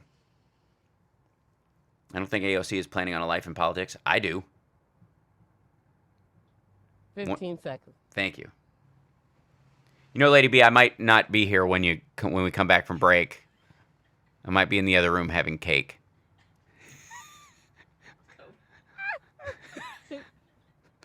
It's gonna be code. Says the sexy woman in the bed. So yeah, Julie says summer is quite electric. I agree.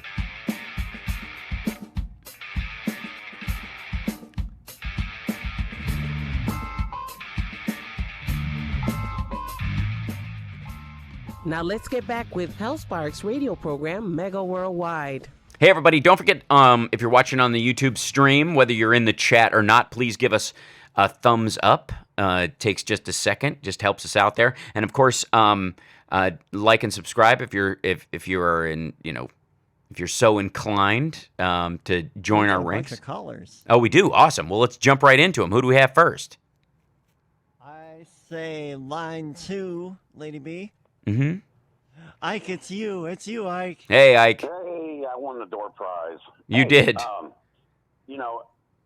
Yeah, Hal, good morning. Listen, and that's exactly what a lot of us out here are sick and tired of. Mm-hmm. You know, these people that are on the top and these slime bags like Jeffrey Epstein Mm-hmm. and, this fellow, that got caught in the rub and tug joint, him and that guy that... Robert Kraft? Help. Right. Yeah, him and that guy that manages that mutual fund that's worth all that money. Mm-hmm. You know, we see people like this getting in trouble, and what do? They don't go to jail. That's right. the problem. People are sick and tired of that. It's time for the retribution. It's time for these people to go to jail. It's time for the Justice Department to stand up and do what they're supposed to do, which is protect the public and deal with people that have billions of dollars or millions of dollars and think they're above the law and stick them in a jail. Not a goddamn country club, but a jail. It's the same way my other pet peeve, okay? Oh, and by the way, if you want to get Trump, all they've got to do is ask about the hotel deal in Azerbaijan, where he was in bed with the Russians and the Iran Revolutionary Guard. That's who was putting money in that job. And all the business he's ever done like that has been to launder money. Yeah, He's it's a all money sanctioned launderer cash. for Russians. It's all sanctioned cash. He's absolutely, yes, he's been dealing with Russian banks that have been sanctioned. Deutsche Bank is up to it in their eyeballs for hundreds of billions of dollars that they laundered. It's all right there. And his buddy Wilbur, when they got too close to him at Deutsche Bank, he took off and took all the evidence with him to Cyprus and wound up crashing the economy in Greece because of all that garbage. So, it's there. But my pet peeve, finally, is, this is my complaint about the Justice Department. For example, like on the gun problem, okay? Okay, here's my deal. If I catch you with an illegal weapon, you're a convicted felon, or the numbers are filed off of it, or it's stolen, or whatever, okay? If I catch somebody like that, I'll give you a sentence range from 5 to 20 years. That's for the first offense. That'll put a crank in your little panties, and then we'll find out how big a man you really are. You want to grab a gun if you're facing 5 to 20 automatic, on top of whatever else you do. The same way with the illegal immigration crap. I'm sick of this bull crap and people dancing around it. Until you go after the employers, until you expand E-Verify with biometrics and a Real ID Act, and you start burning employers, I don't want to hear another word out of you about illegal immigration, because you people are the ones that are enabling it. As a matter of fact, as a house painter and a construction painter and all the things I've been involved with, I can tell you since 1986, I've seen nothing but that continue to get worse and worse and worse. And there's people out there that love that they come and cut their grass, and they love it when they paint their house, and they love it because they can get it cheap, okay?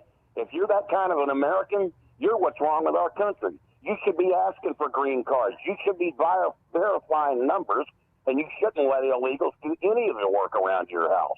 Otherwise, you know what? I look at you the same way I look at Trump. You're in a conspiracy. You colluded. You're making it worse. So, and that's why thank you for letting me get up on my soapbox. And I guess the last thing I'll say is I like you better with a Fu Manchu, brother. Oh, all right. Well, thank you. I appreciate that. You're one of the few people who enjoys that. I like growing one. So that's one of those things I'll probably have. I can be completely frank. When I'm really old and all my hair is like ice white, that would be really cool to have, kind of old school kung fu movie. Like I've kind of always I've always been envious of that. Thank you, Ike. Thanks for calling in. And I completely agree with Ike on both of those points. In that it's on the ground, people. If you kill someone in the commission of a robbery, you're done. You're going to jail for the rest of your life. You're going, 25 years to life. If you're the driver, you're going for 7, right? If you drove the guy there who used the gun in the crime, you're doing 7 years of hard time.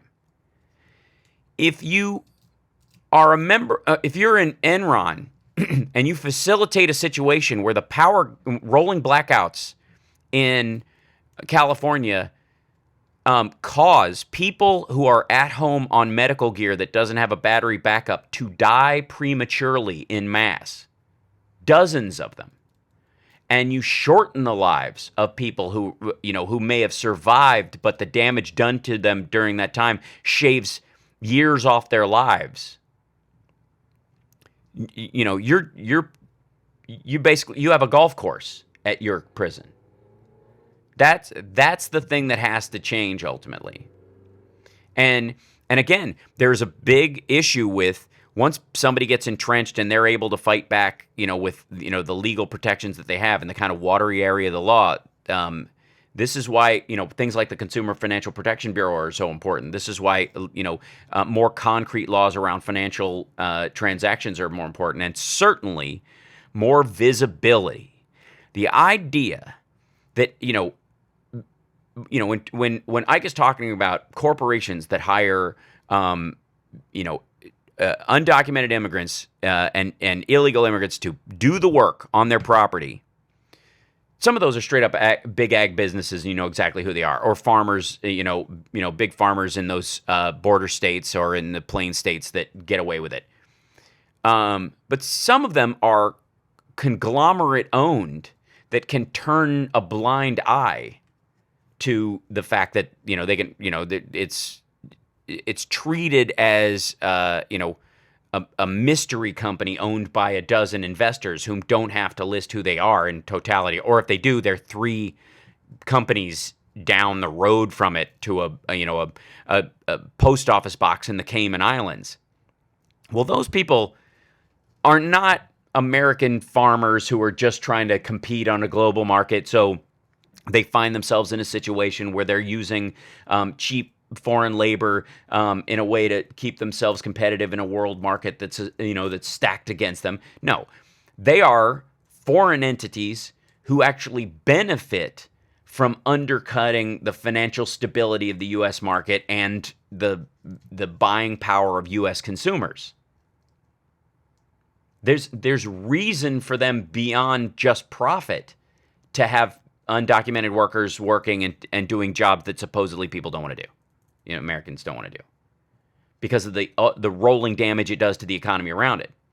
That's why I believe in more transparency both on corporate ownership and specifically on real estate ownership. The idea that you can buy a house or a building, if you're concerned for your safety, like I'm, as someone who's in the public eye, and I know a bunch of celebrities who would rather not list their address, but at the very least, the fact that you are the person and that you could have a governmental address attached to it for, where you can be reached to make it safer for you in that circumstance. So you can live in a house under an assumed name, but if people really need to track down, it's a single step and all they have to do is show reasonable cause to need to know why. The idea that like 16 mystery people can all invest in a magic property and shuffle it around a dozen times, and that those don't even have to be individual entities, and those individual entities don't even have to be named companies with actual individuals running them, and that they can go through the Caymans or the any of these other Switzerland, or form your own bank in Switzerland and create your own false entity. Trump's always, if you don't have a border, you don't have a country. Well, you don't have a border around real estate purchase in this country. We got to take a break. We'll be back.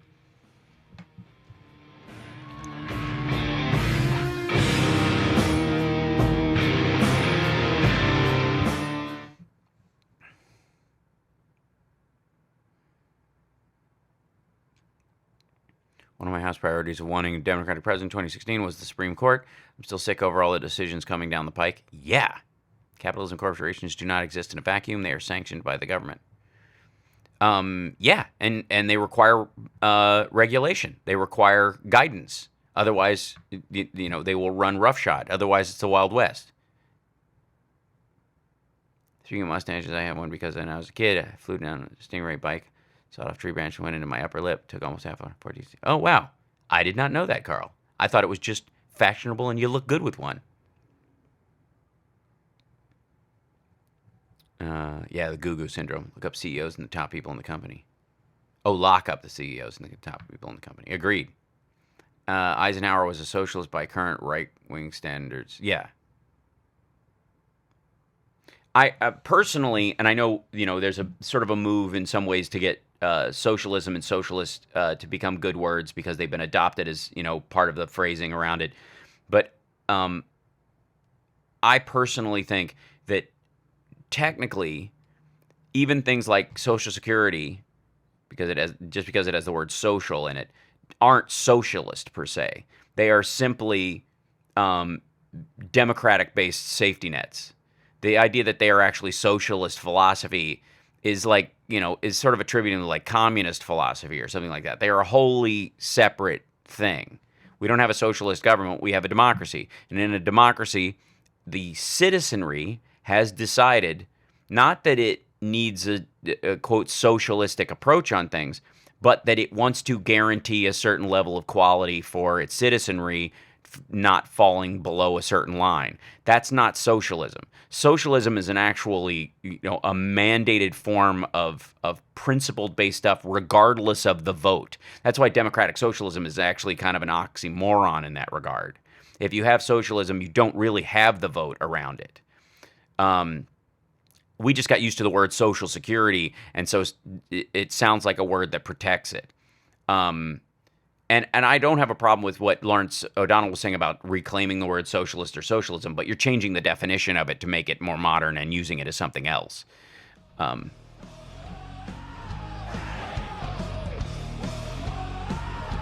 Right. I am happy, you are happy, let us Look at that. be happy together, whether the weather is cloudy or sunny.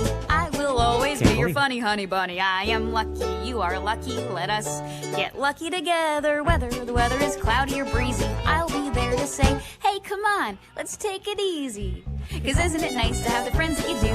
And isn't it nice that the sky is so blue? And isn't it nice to say I love you, chugga chugga choo choo, woo woo.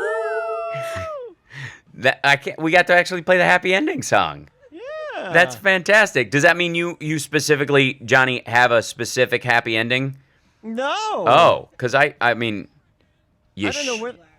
You should. The happy ending is that Lady B found her glasses. I only farted once while I was sitting here. Only?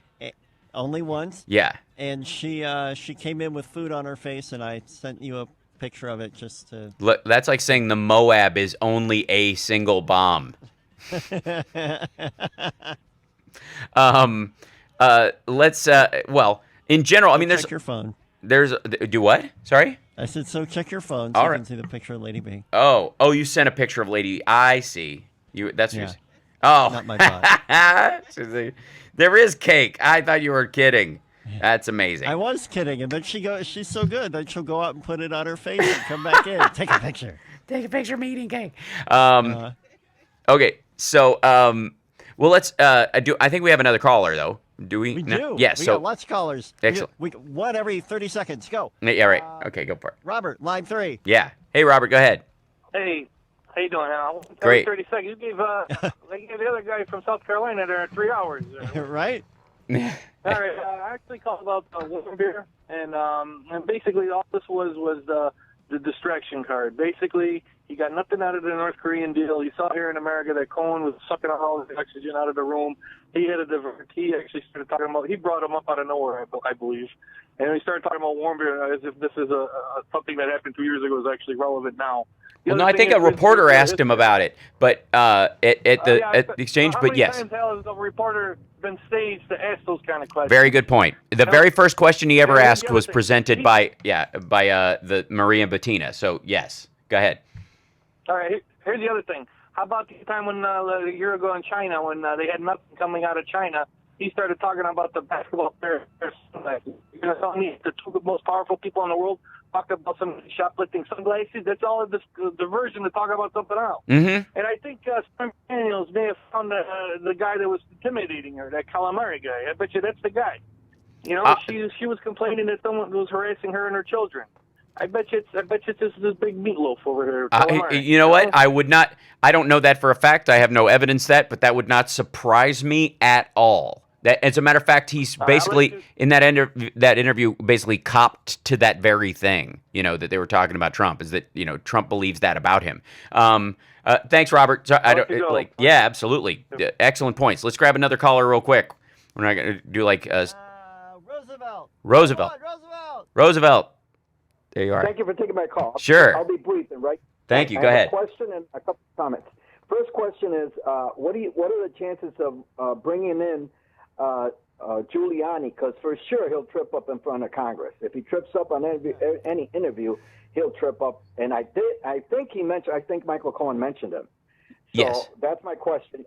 And my comments are, did you ever see a bunch of guys so ill-prepared for asking questions? You had one guy using the African-American lady for a prop. Oh, my God. Trump was racist. Then you had another guy asking him, Meadows. You took advantage of your clients because you were recording them without them letting them know. And the guy that was asking the question, the Republican, didn't know that in the state of New York, it's a one-party consent system. Yep.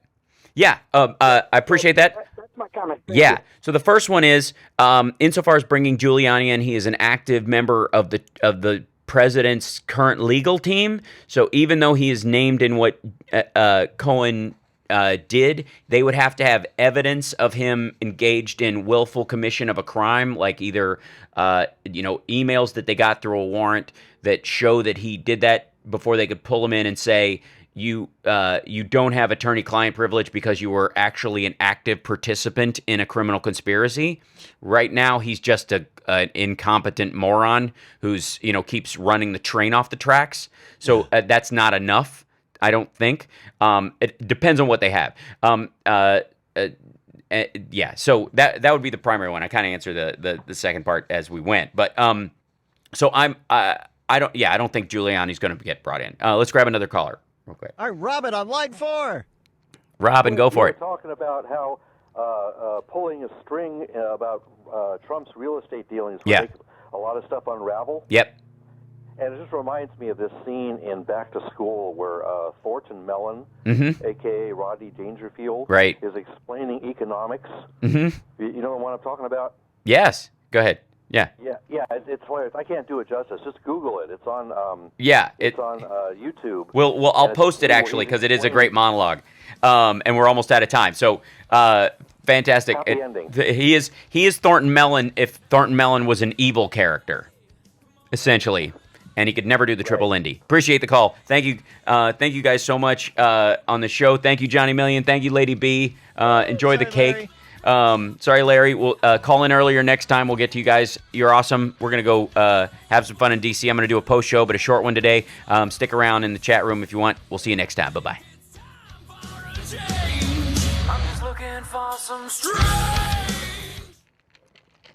Thank you, Lady B.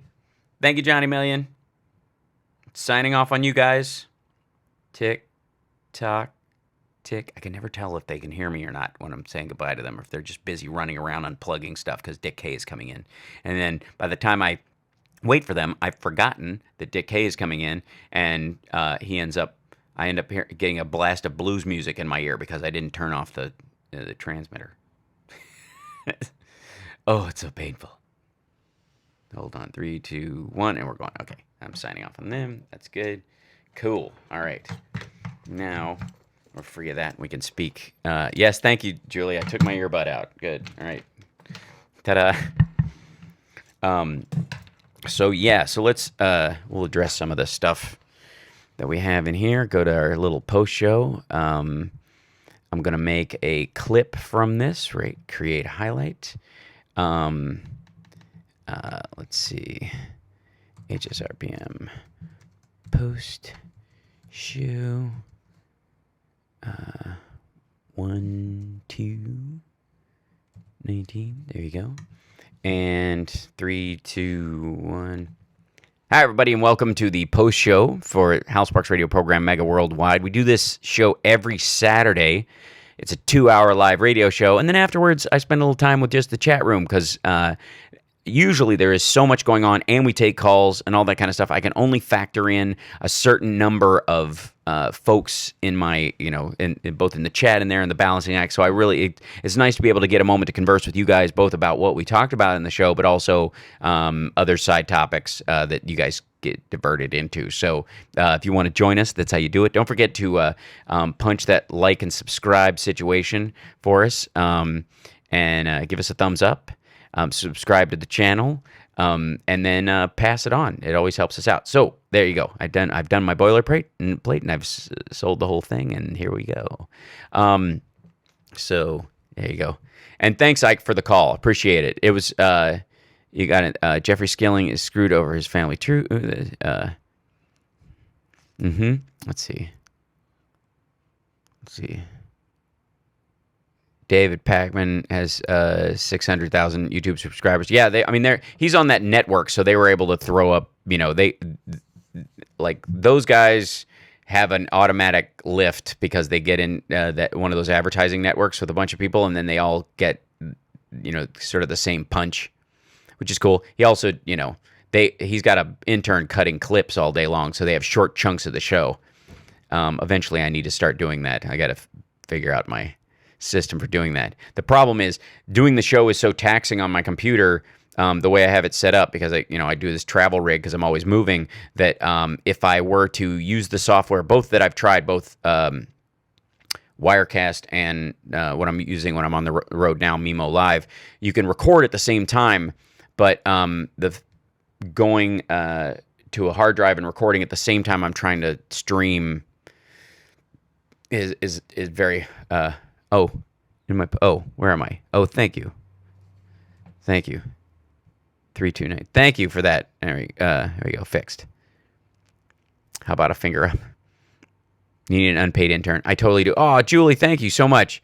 Take summer out for a meal on me. Aw, Julie just super chatted lunch for us. That's super sweet. That's nice. Easy, Hal, 2 laptops. Yeah, because I need to carry more gear. That's a good idea.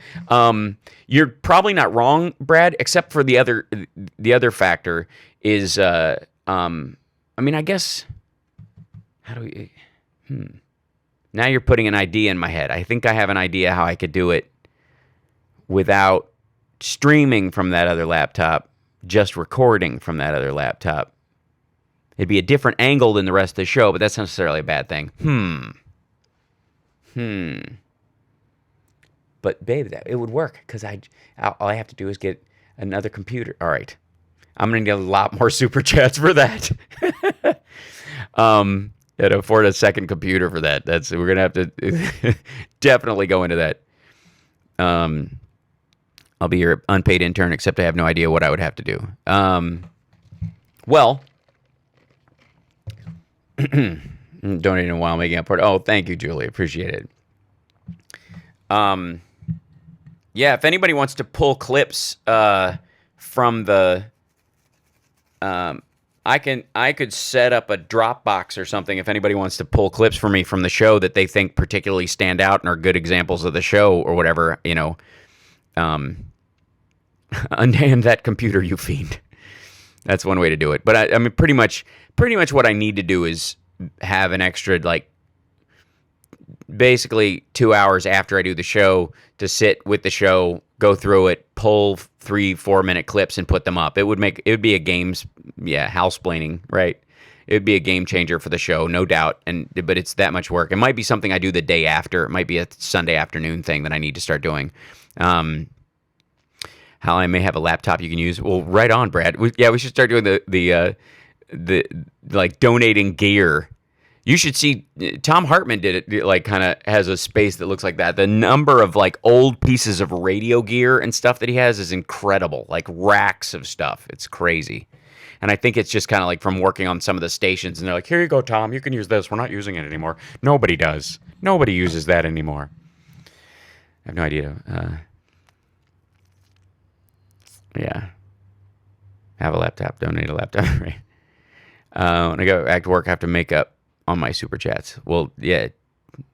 Take care of yourself first, Carl. That's our rule. And I appreciate all the help, guys. Even the little super chats are super helpful. And, like, you don't get intimidated by the people who are, who save up for, one big day, if that's all you can do. You can also do the Patreon thing, patreon.com/HalSparks. I just finally set that up, so I will be able to do Patreon only videos and that kind of stuff, so that it helps, just so we have more of an incentive, and we can keep trolls out entirely on those things, so everybody, nobody has to worry about being a moderator. We can just kind of be in there and enjoy it and stuff. And, like, you can, I think Patreon, you can do 50 cents a month. It doesn't matter. It's like, even if it's a little bit, but that would get you into that thing. Where did I get that mic? I got it at Guitar Center. It's a Shure. It's pretty cool. It works on a couple of different fronts. Yeah, it was no trolls today. And I try to, to be completely honest, Julie, I kind of try to make us troll ready a little bit by putting Trump in the title sometimes. And I think my reasoned approach and my intellectual density has actually kept them at bay. I think they're afraid. That's right. I'm calling them out. One left wing troll. That happens. That's okay. We will not. We don't cotton to circular firing squads around here, though. My cousin made up for that on personal email. AMD Ryzen 7. Is that a recommendation? Too bad you didn't get to CPAC, Sebastian Gorka, my pillow guy, Trump. The conference is pathetic. I know. I can't do that. Like, it's a whole weekend. And first of all, I'm doing shows, but I'm not going to go to, CPAC for a whole day. I'm not against it. I mean, it was rough enough just doing Politicon in that regard. And I got tons of video from that. That I still have to cut together into videos too. That's, I've got, we have a show Tuesday night, and then basically, most of the rest of the month is just free at, family and kid time, until I go to, as far as travel goes, until I go to Nova Scotia in April. So during that, I'll at least be able to, start cutting some videos together and posting them, because that's one of the things I want to start doing. How with that mic, you need to put on sunglasses and sing "I Wear My Sunglasses at Night." Yeah, it's kind of got an Elvis-y feel to it. I like it. Don't be cruel to a heart that's true.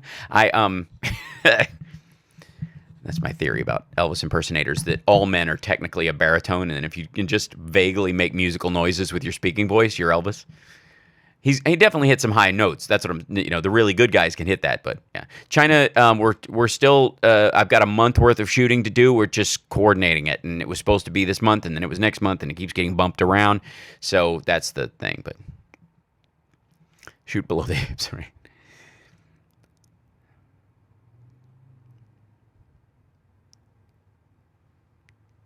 Yeah. Is Summer rolling her eyes? She was. She spotted it exactly.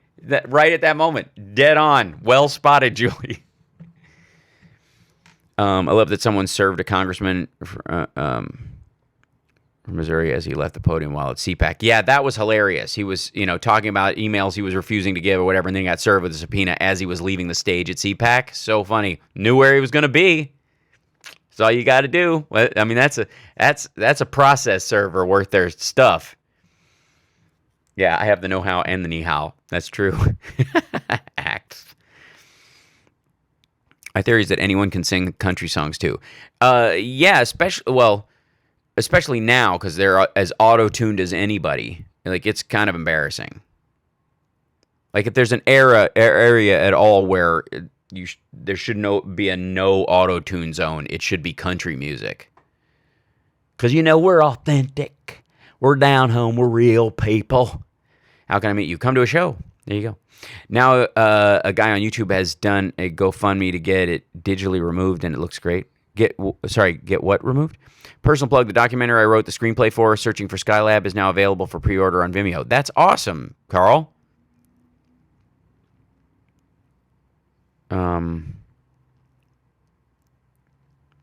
Earlier, speaking of being a rat, The Departed is a great movie, except that it's the last shot of a rat calling. Yeah, the guy who has the GoFundMe to remove the rat. Yes. You can sing country as long as you can fake a southern accent. Some of them aren't even doing that. There's a good clip that we think you might want to use. Can we upload it for you somewhere?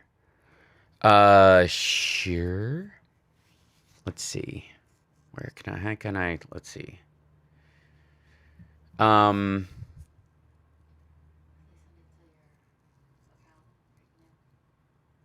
You can send a link to it at my bookhal account, and I'll download it. If you posted it or pulled it or whatever, you can either email it via bookhal at iCloud, which is the email that's on my regular website at halsparks.com. Do that, yeah. Or you can email me a Dropbox link there. That works too if you have one.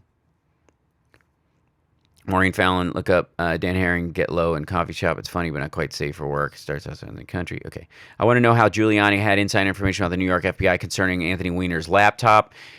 Chit chat, talking to guys. That's not as surprising to me. And I don't know that it was, classified internally or anything. It's just, guys talking to the guy who used to be their AG and then was their mayor and that kind of stuff. That's not weird, per se. I think it's wrong. It might certainly be unethical, but I don't think he can get in legal trouble for it unless there's some specific law that they have that I'm not aware of.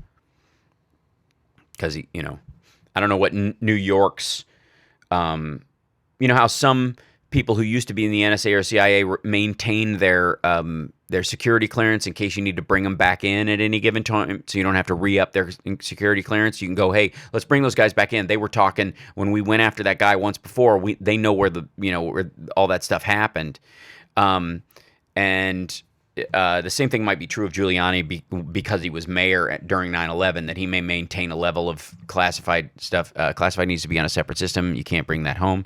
That's true. But in terms of telling him information about that kind of stuff, just speaking to him about it, more than likely within the city, because it wasn't national classifications of stuff. If New York had the laptop, they could have, their FBI office could have passed it on. Camden's finger's doing well. He'll get his stitches out on Monday, in theory, if it's healed up. He's got 4 stitches in the pad of his finger. Oof. Gives me the willies thinking about it. But he's doing good. He was a trooper. If we understood words, if we are understood, more words are unnecessary. If we are likely to be understood, they are useless. If we are not likely to be understood, they are useless. All right. A kid at school slammed it in a locker by accident. And it was nice because the kid actually came by the house and dropped off a cupcake for him and a letter of apology. So his mom brought him over, and he was like, "Really sorry, I hurt your finger." It was sweet. It was really nice. Yeah, poor guy. So we got 2 shows tonight. Again, probably my most dangerous show yet, and yet still completely palatable. It's amazing. Like, I try to say something controversial that will get me in trouble, and I still am too nice to get in trouble. Cam should go to New Trier. I agree.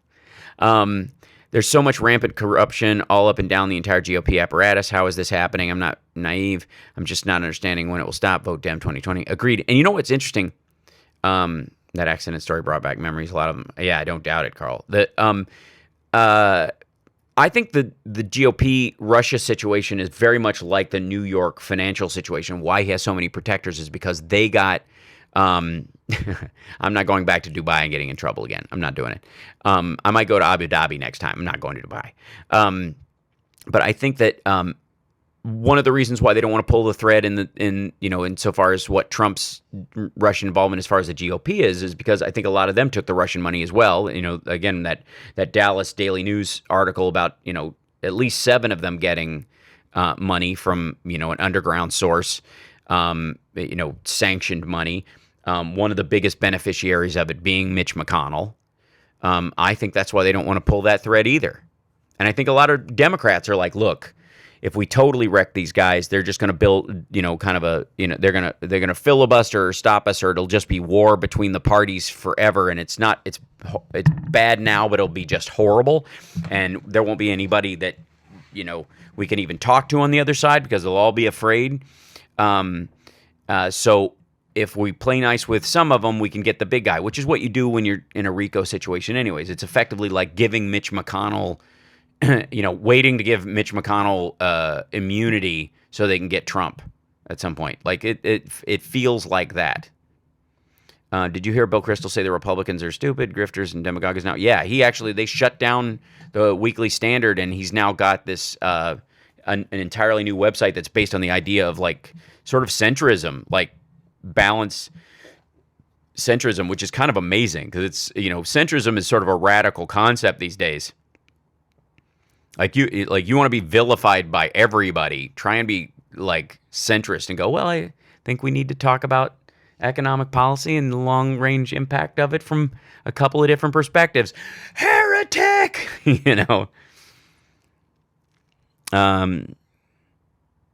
I did that before my Dodge Dart slammed the door on my fingers and had to use my other arm to roll the window down. Wasn't even stoned. Whole thing has shown that so much needs to change in our legal system. Treason used to mean death. We don't need that, but they need to know life in prison is real. No jail is supreme BS. I agree. Never thought I would agree with Bill Kristol. I know. Well, that's the thing is that, extremity can be, can create a stark, can put reality in stark relief. And you can recognize that there's a lot of work that needs to be done in those cases. You go, oh, okay, maybe I need to put the Kool-Aid down for the benefit of it, I'm a mechanic. One of my friends hadn't seen for 20 years, and my hands looked like bloody wrenches, and the first thing he noticed about me was the car dealer hands spoke down. House Dems will be busy. I just want them to educate people, too. In my opinion, that's what hurt ACA. Yeah, well, no, what hurt ACA was... for fear of the base, a lot of Democrats ran from Obama the day he got in office. The minute he got elected, they ran for cover. They bought the line that the Republicans were selling about him being, Democrats looking at him as some sort of god or messiah or whatever. So to prove that they were wrong, they decided to treat him as less than a president. And I think they did it at their peril. And I think they came back around to vote for him again, but they didn't support deeply enough. So, yeah.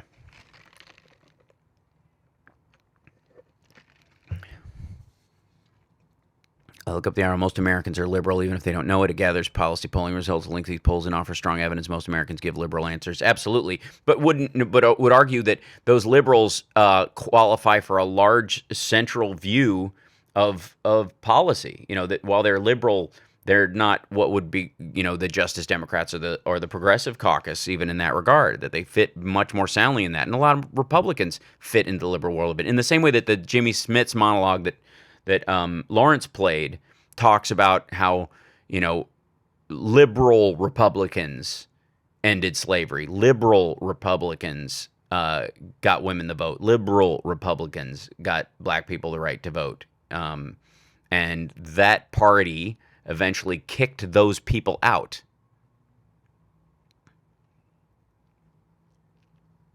Yeah, Dems let the GOP define the party. They need to be loud and proud FDR Democrats. Agreed. But they also have to be allowed to not be hardliners too. You can be a loud and proud Democrat, but like this, like even the corporatist language, like these are corporate Democrats. That's a GOP talking point. That's a brain, like a mind virus that they have used to cut against run-of-the-mill liberals who just believe in in American democracy and capitalism, like vilifying simple normal people who don't have aren't living examples of a specific ideology, which represents a much larger swath in the American public and allowed to operate. To be fair, there were Democrat bigots against Obama when he got elected. Yeah, but I don't know that they qualified as the as the ones who voted for him per se. A genuine bigot isn't going to do that. There were a lot of people who weren't bigoted against him. They were just weak-kneed. They were just too weak to go within the Democratic Party. There are varying belief systems, and we're trying to find the best solution for all these things. And the inner conversations of my party are not example of weakness; they're examples of strength. So, that's why I'm not a fan of the phrase "Justice Democrats," because it presumes that the rest of the Democrats aren't for justice. It's absurd. At least Dan Coulter isn't on MSNBC anymore. Well, yeah. Although the way she's been talking, she could probably host. They could put her on after Nicole Wallace in a little while. I'm of course kidding. She's horrible, but just languaging alone, she looks like she's writing stuff to go into the teleprompter on Deadline White House. I agree. The more the rep I care, the stronger AOC gets. I pointed out that conservatives think Medicare, Social Security are socialist programs. Folks thought I was maligning them. Pointed it out. Let's see. Conservatives, Medicare. Yeah, Medicare. I'm not under the feeling that Medicare, Social Security, it's a semantic argument basically. But the idea that we have used the language for a long time. And I've done it too, and Fugelsang and I used to talk about this a lot on Steph's show about how, these are socialist programs, but in reality they are just social safety net aspects of a democratic capitalist society, recognizing that there are limitations on capitalism, insofar as how the society protects the weakest among it, and for a functioning democracy you need a safety net or whatever, but that. Again, doesn't technically make it socialism, and that's where democratic socialism has become is this kind of new functioning oxymoron to attempt to describe what people believe in safety net programs, while at the same time allowing for people to choose their leaders and let those leaders hash out the expansion and limitations of those safety nets, which is what we've had for a long time.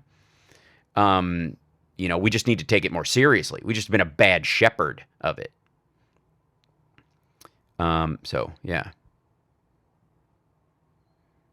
AOC ran as a Justice Democrat to helped found. For all the quibbles about the name, one issue accepting no big money is how we know the candidates are upper tier. Yeah, so I mean, I don't have a problem with accepting, no big money. The only issue I have is if they are running in an area that's 100%. I mean, she won as write-in in the district next door. She wasn't ice skating uphill to get her message accepted. She wasn't trying to get a group of regular voters who would vote normally red to come her way. She ran against a Democrat who'd been there for a long time, who was kind of run-of-the-mill and ignored his constituents. It was not a hard fit to get her in office there. Like I said, she won in 2 districts at once, as a write-in. So the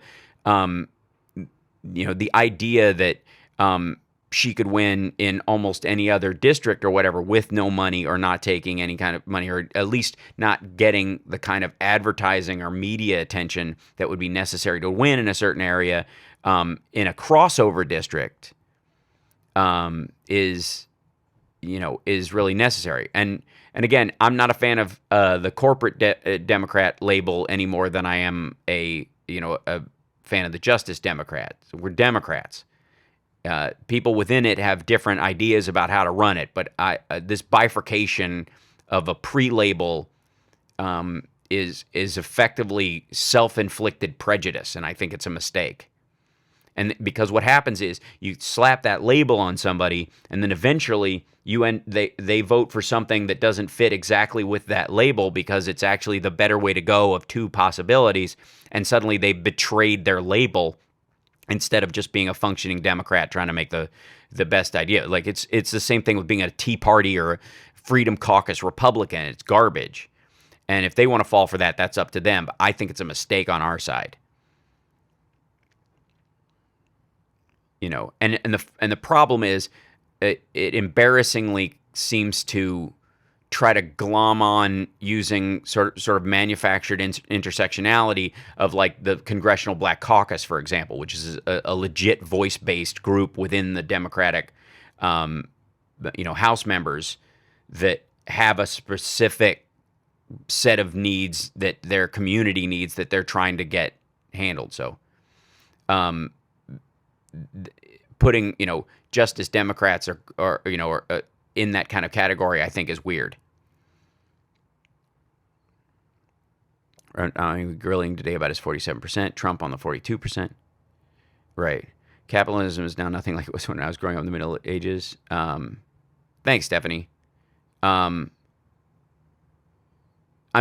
think it would help us immensely to push back on those labels whenever we hear them. That Justice Democrats are corporate Democrats, it's just us Democrats. You know what I mean? Like, there's got to be a point where I consider it an insult to all the Democrats who might not be, in that caucus for some reason, or ran in a district where they weren't going to, win if they didn't have the support of businesses in the area, which we, use the word corporation, and you're talking about like, any car dealership in a local area that actually thinks, oh, this guy's all right. He's going to raise my taxes a little bit, but he needs some money to get on the air. They want, like, he's going to do it in a way that's valuable and good for the community, and he wants to help with infrastructure. And he's not one of these like sycophants for Trump, and so I'll vote for him. So I want to support him. Like, oh, you took corporate money. Oh, you took, And again, what does that even mean if you're taking, if you're letting a PAC exist, or a PAC exist to help you get in there? You know what I mean? And again, Sanders is using, or intends to use, I don't know if he'll actually do it, intends to use the Democratic Party as a super PAC. So the idea that he's doing, small donors and whatnot, as long as the Democratic Party takes corporate money, that means Sanders is taking corporate money. It's just how it is. So the idea that he doesn't is unfortunate and a little bit silly. And your baseline, maybe some of them are taking small donors, even Elizabeth Warren, but she's eventually going to benefit from the party structure, and it does take it. So, the question is, can you take the money and then not have a situation where I'm just going to give them whatever they want? Do you have to agree with them on everything? And if you believe that's how it is, then it's like, do you believe your boss pays your paycheck? Do you do everything your business does? Do you only, if you work at Starbucks, do you not go to any other coffee shop? Is that how you live? I don't think so. And so there's no reason to believe a politician necessarily has to do that. That said, I think there should be a limit on the amount of money that anybody can put in, and that corporate entities just shouldn't be able to give corporate money at all, because a business is not a human being. That's how I believe it. But until that's the law, it's weird. Yeah, labels are hurting the process. I think it's effectively an externalized mind virus that's put into the fight. Like, believe me, the phrase corporate dem, the phrase justice dem, all those things get bumped by bots up because they help divide the party. And anything that's division-based is a waste of time. I won't participate in it. And the only time I will push back is at any of those labels when they come up. When people who in smaller than corporate level jobs for Amazon pay more in taxes than the company itself, something is very wrong. Yeah, technically, but at the same time, there are ancillary ways where Amazon and other companies like them, and it's better with other companies than Amazon. They get a special pass because they're effectively nowhere and everywhere because of interstate commerce laws. They benefit from that, and that's why their taxes are lower, because technically speaking, like, so when you order stuff through the mail, you only pay sales tax on the state that if it comes from the state you're in, right? And Amazon has a way through Prime and other ways where you can get it, even if through, take care, you can take, you can get it in your state or outside your state and the like. It's really becoming a window for Alibaba at this point, and a lot of Chinese stuff, which I think is weird. But anyways, point being, when those labels come up, I will push back against them as a regular part of it. Just get used to that idea, and I recommend you do it as well. That if anybody starts throwing together a version of Democrat that, you say, well, there's not a democratic socialist. We're Democrats. Democrats have multiple ways of solving a problem. Some of them are governmental. Some of them are private. Some of them are coordinations between the two. Some of them are completely citizen activist based. Others are, essentially, bank and regulation related ways of handling it. We need to, set up entities that are handling businesses and multinational corporations. Where we interact with multinational corporations is a much bigger factor. But within the Democratic Party, there are many different ideas about how to handle those specifically. You work through those and you go, which ones can we get through right now? Which ones long term should we be shooting for? How do we chip away at bad law as we go? This is, you're not reinventing the wheel here, and nobody's going to make any progress without doing those very things, no matter what they sell you when they're running. Anyways, we're at the half-hour point. That's how long I said I would go, so I'm going to let you guys go. Thank you guys again for the super chats. I greatly appreciate it. And I want to give everybody a shout out again to Julie and Fessor Frank and Tom and Billy and Sandra and Charles and Hal Vickery. Thank you guys so much for your support. If by any means you guys want a Cameo, cameo.com/Hal Sparks. I do those, like personalized videos. It's stuff that basically I've been doing, for people who come to shows and pay to see a show for a long time. But if you can't come to see a show, you're far away, you're in another country, whatever. It's one of the ways you can do that. Birthday greetings, all that kind of stuff. So I'm glad to do those. Again, that's cameo.com/Hal Sparks to get those. And I think they're worth it. I just do. Also, we've got, once we hit the 10,000 subscriber mark, my Teespring store will start to pop up below the show, so we'll be able to, yes, I appreciate that, Carl, very much, and Ginger has as well, as have a couple of you, so I super appreciate it. So going forward, like, I'm going to be cutting a little more of these clips and trying to get those up, because once we hit that 10,000 mark, then the Teespring store starts. That allows people to have more access to, to merch and all those kind of things, and that helps the show go. Then we can start getting better and better gear, and I can afford a new laptop. This thing is dying. Anyways, thank you guys so much, and I will see you guys at shows. I will definitely be coming to San Francisco in the near future. If you guys have a club or a theater that you think I should play, go to my website, halsparks.com, and send us a message via that. I will forward it. Any information you can get, the booker's name, the club itself, other people that have played there, anything that you have, links to it, send it to bookhal@icloud.com, and I will forward it to my agent and get it to them, and we'll try and set up a show there in the very near future. I think we're adding Sedona, Arizona in the very near future. I'm obviously going to be at the Halifax Comedy Festival in Nova Scotia, Canada, which is, by the way, Nova Scotia is, I think it's Scottish Gaelic for New Scotland. Do you know that?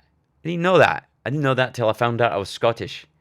So, anyways, gotta love the 23andMe folks.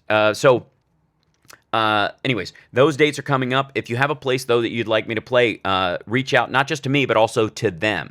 Request me, because that's more often than not, if a club hears that, from just a couple of people that they want me there, that's enough for them to give my agent a call and try to put it into the schedule. And these days, because I've been, traveling, going to China, we're trying to shoehorn as many dates in as possible because I'm writing a whole new hour. I'm hoping to shoot that special in June. One of the things we might try for the first time is live streaming it straight to YouTube with the multicam shoot, and just letting people see it there, and then you can rent it after, that kind of thing, which I would love to do. So, and it'll be like seeing the real thing. It'd be a great time. So anyways, let me know that information. Love you guys. Thank you so much. We'll see you next time. Don't forget to give the this section, the post show, will be its own video in a little bit. If you get to go check it out, give it the thumbs up. If you're watching this later, come see us every Saturday. Signing out, Hal Sparks. All right. So thank you guys so much. I will see you very soon. And Zelachek, come up and say hi at the show tonight. I'm glad you're coming down. These are going to be fun shows, and I will see you guys later. Bye.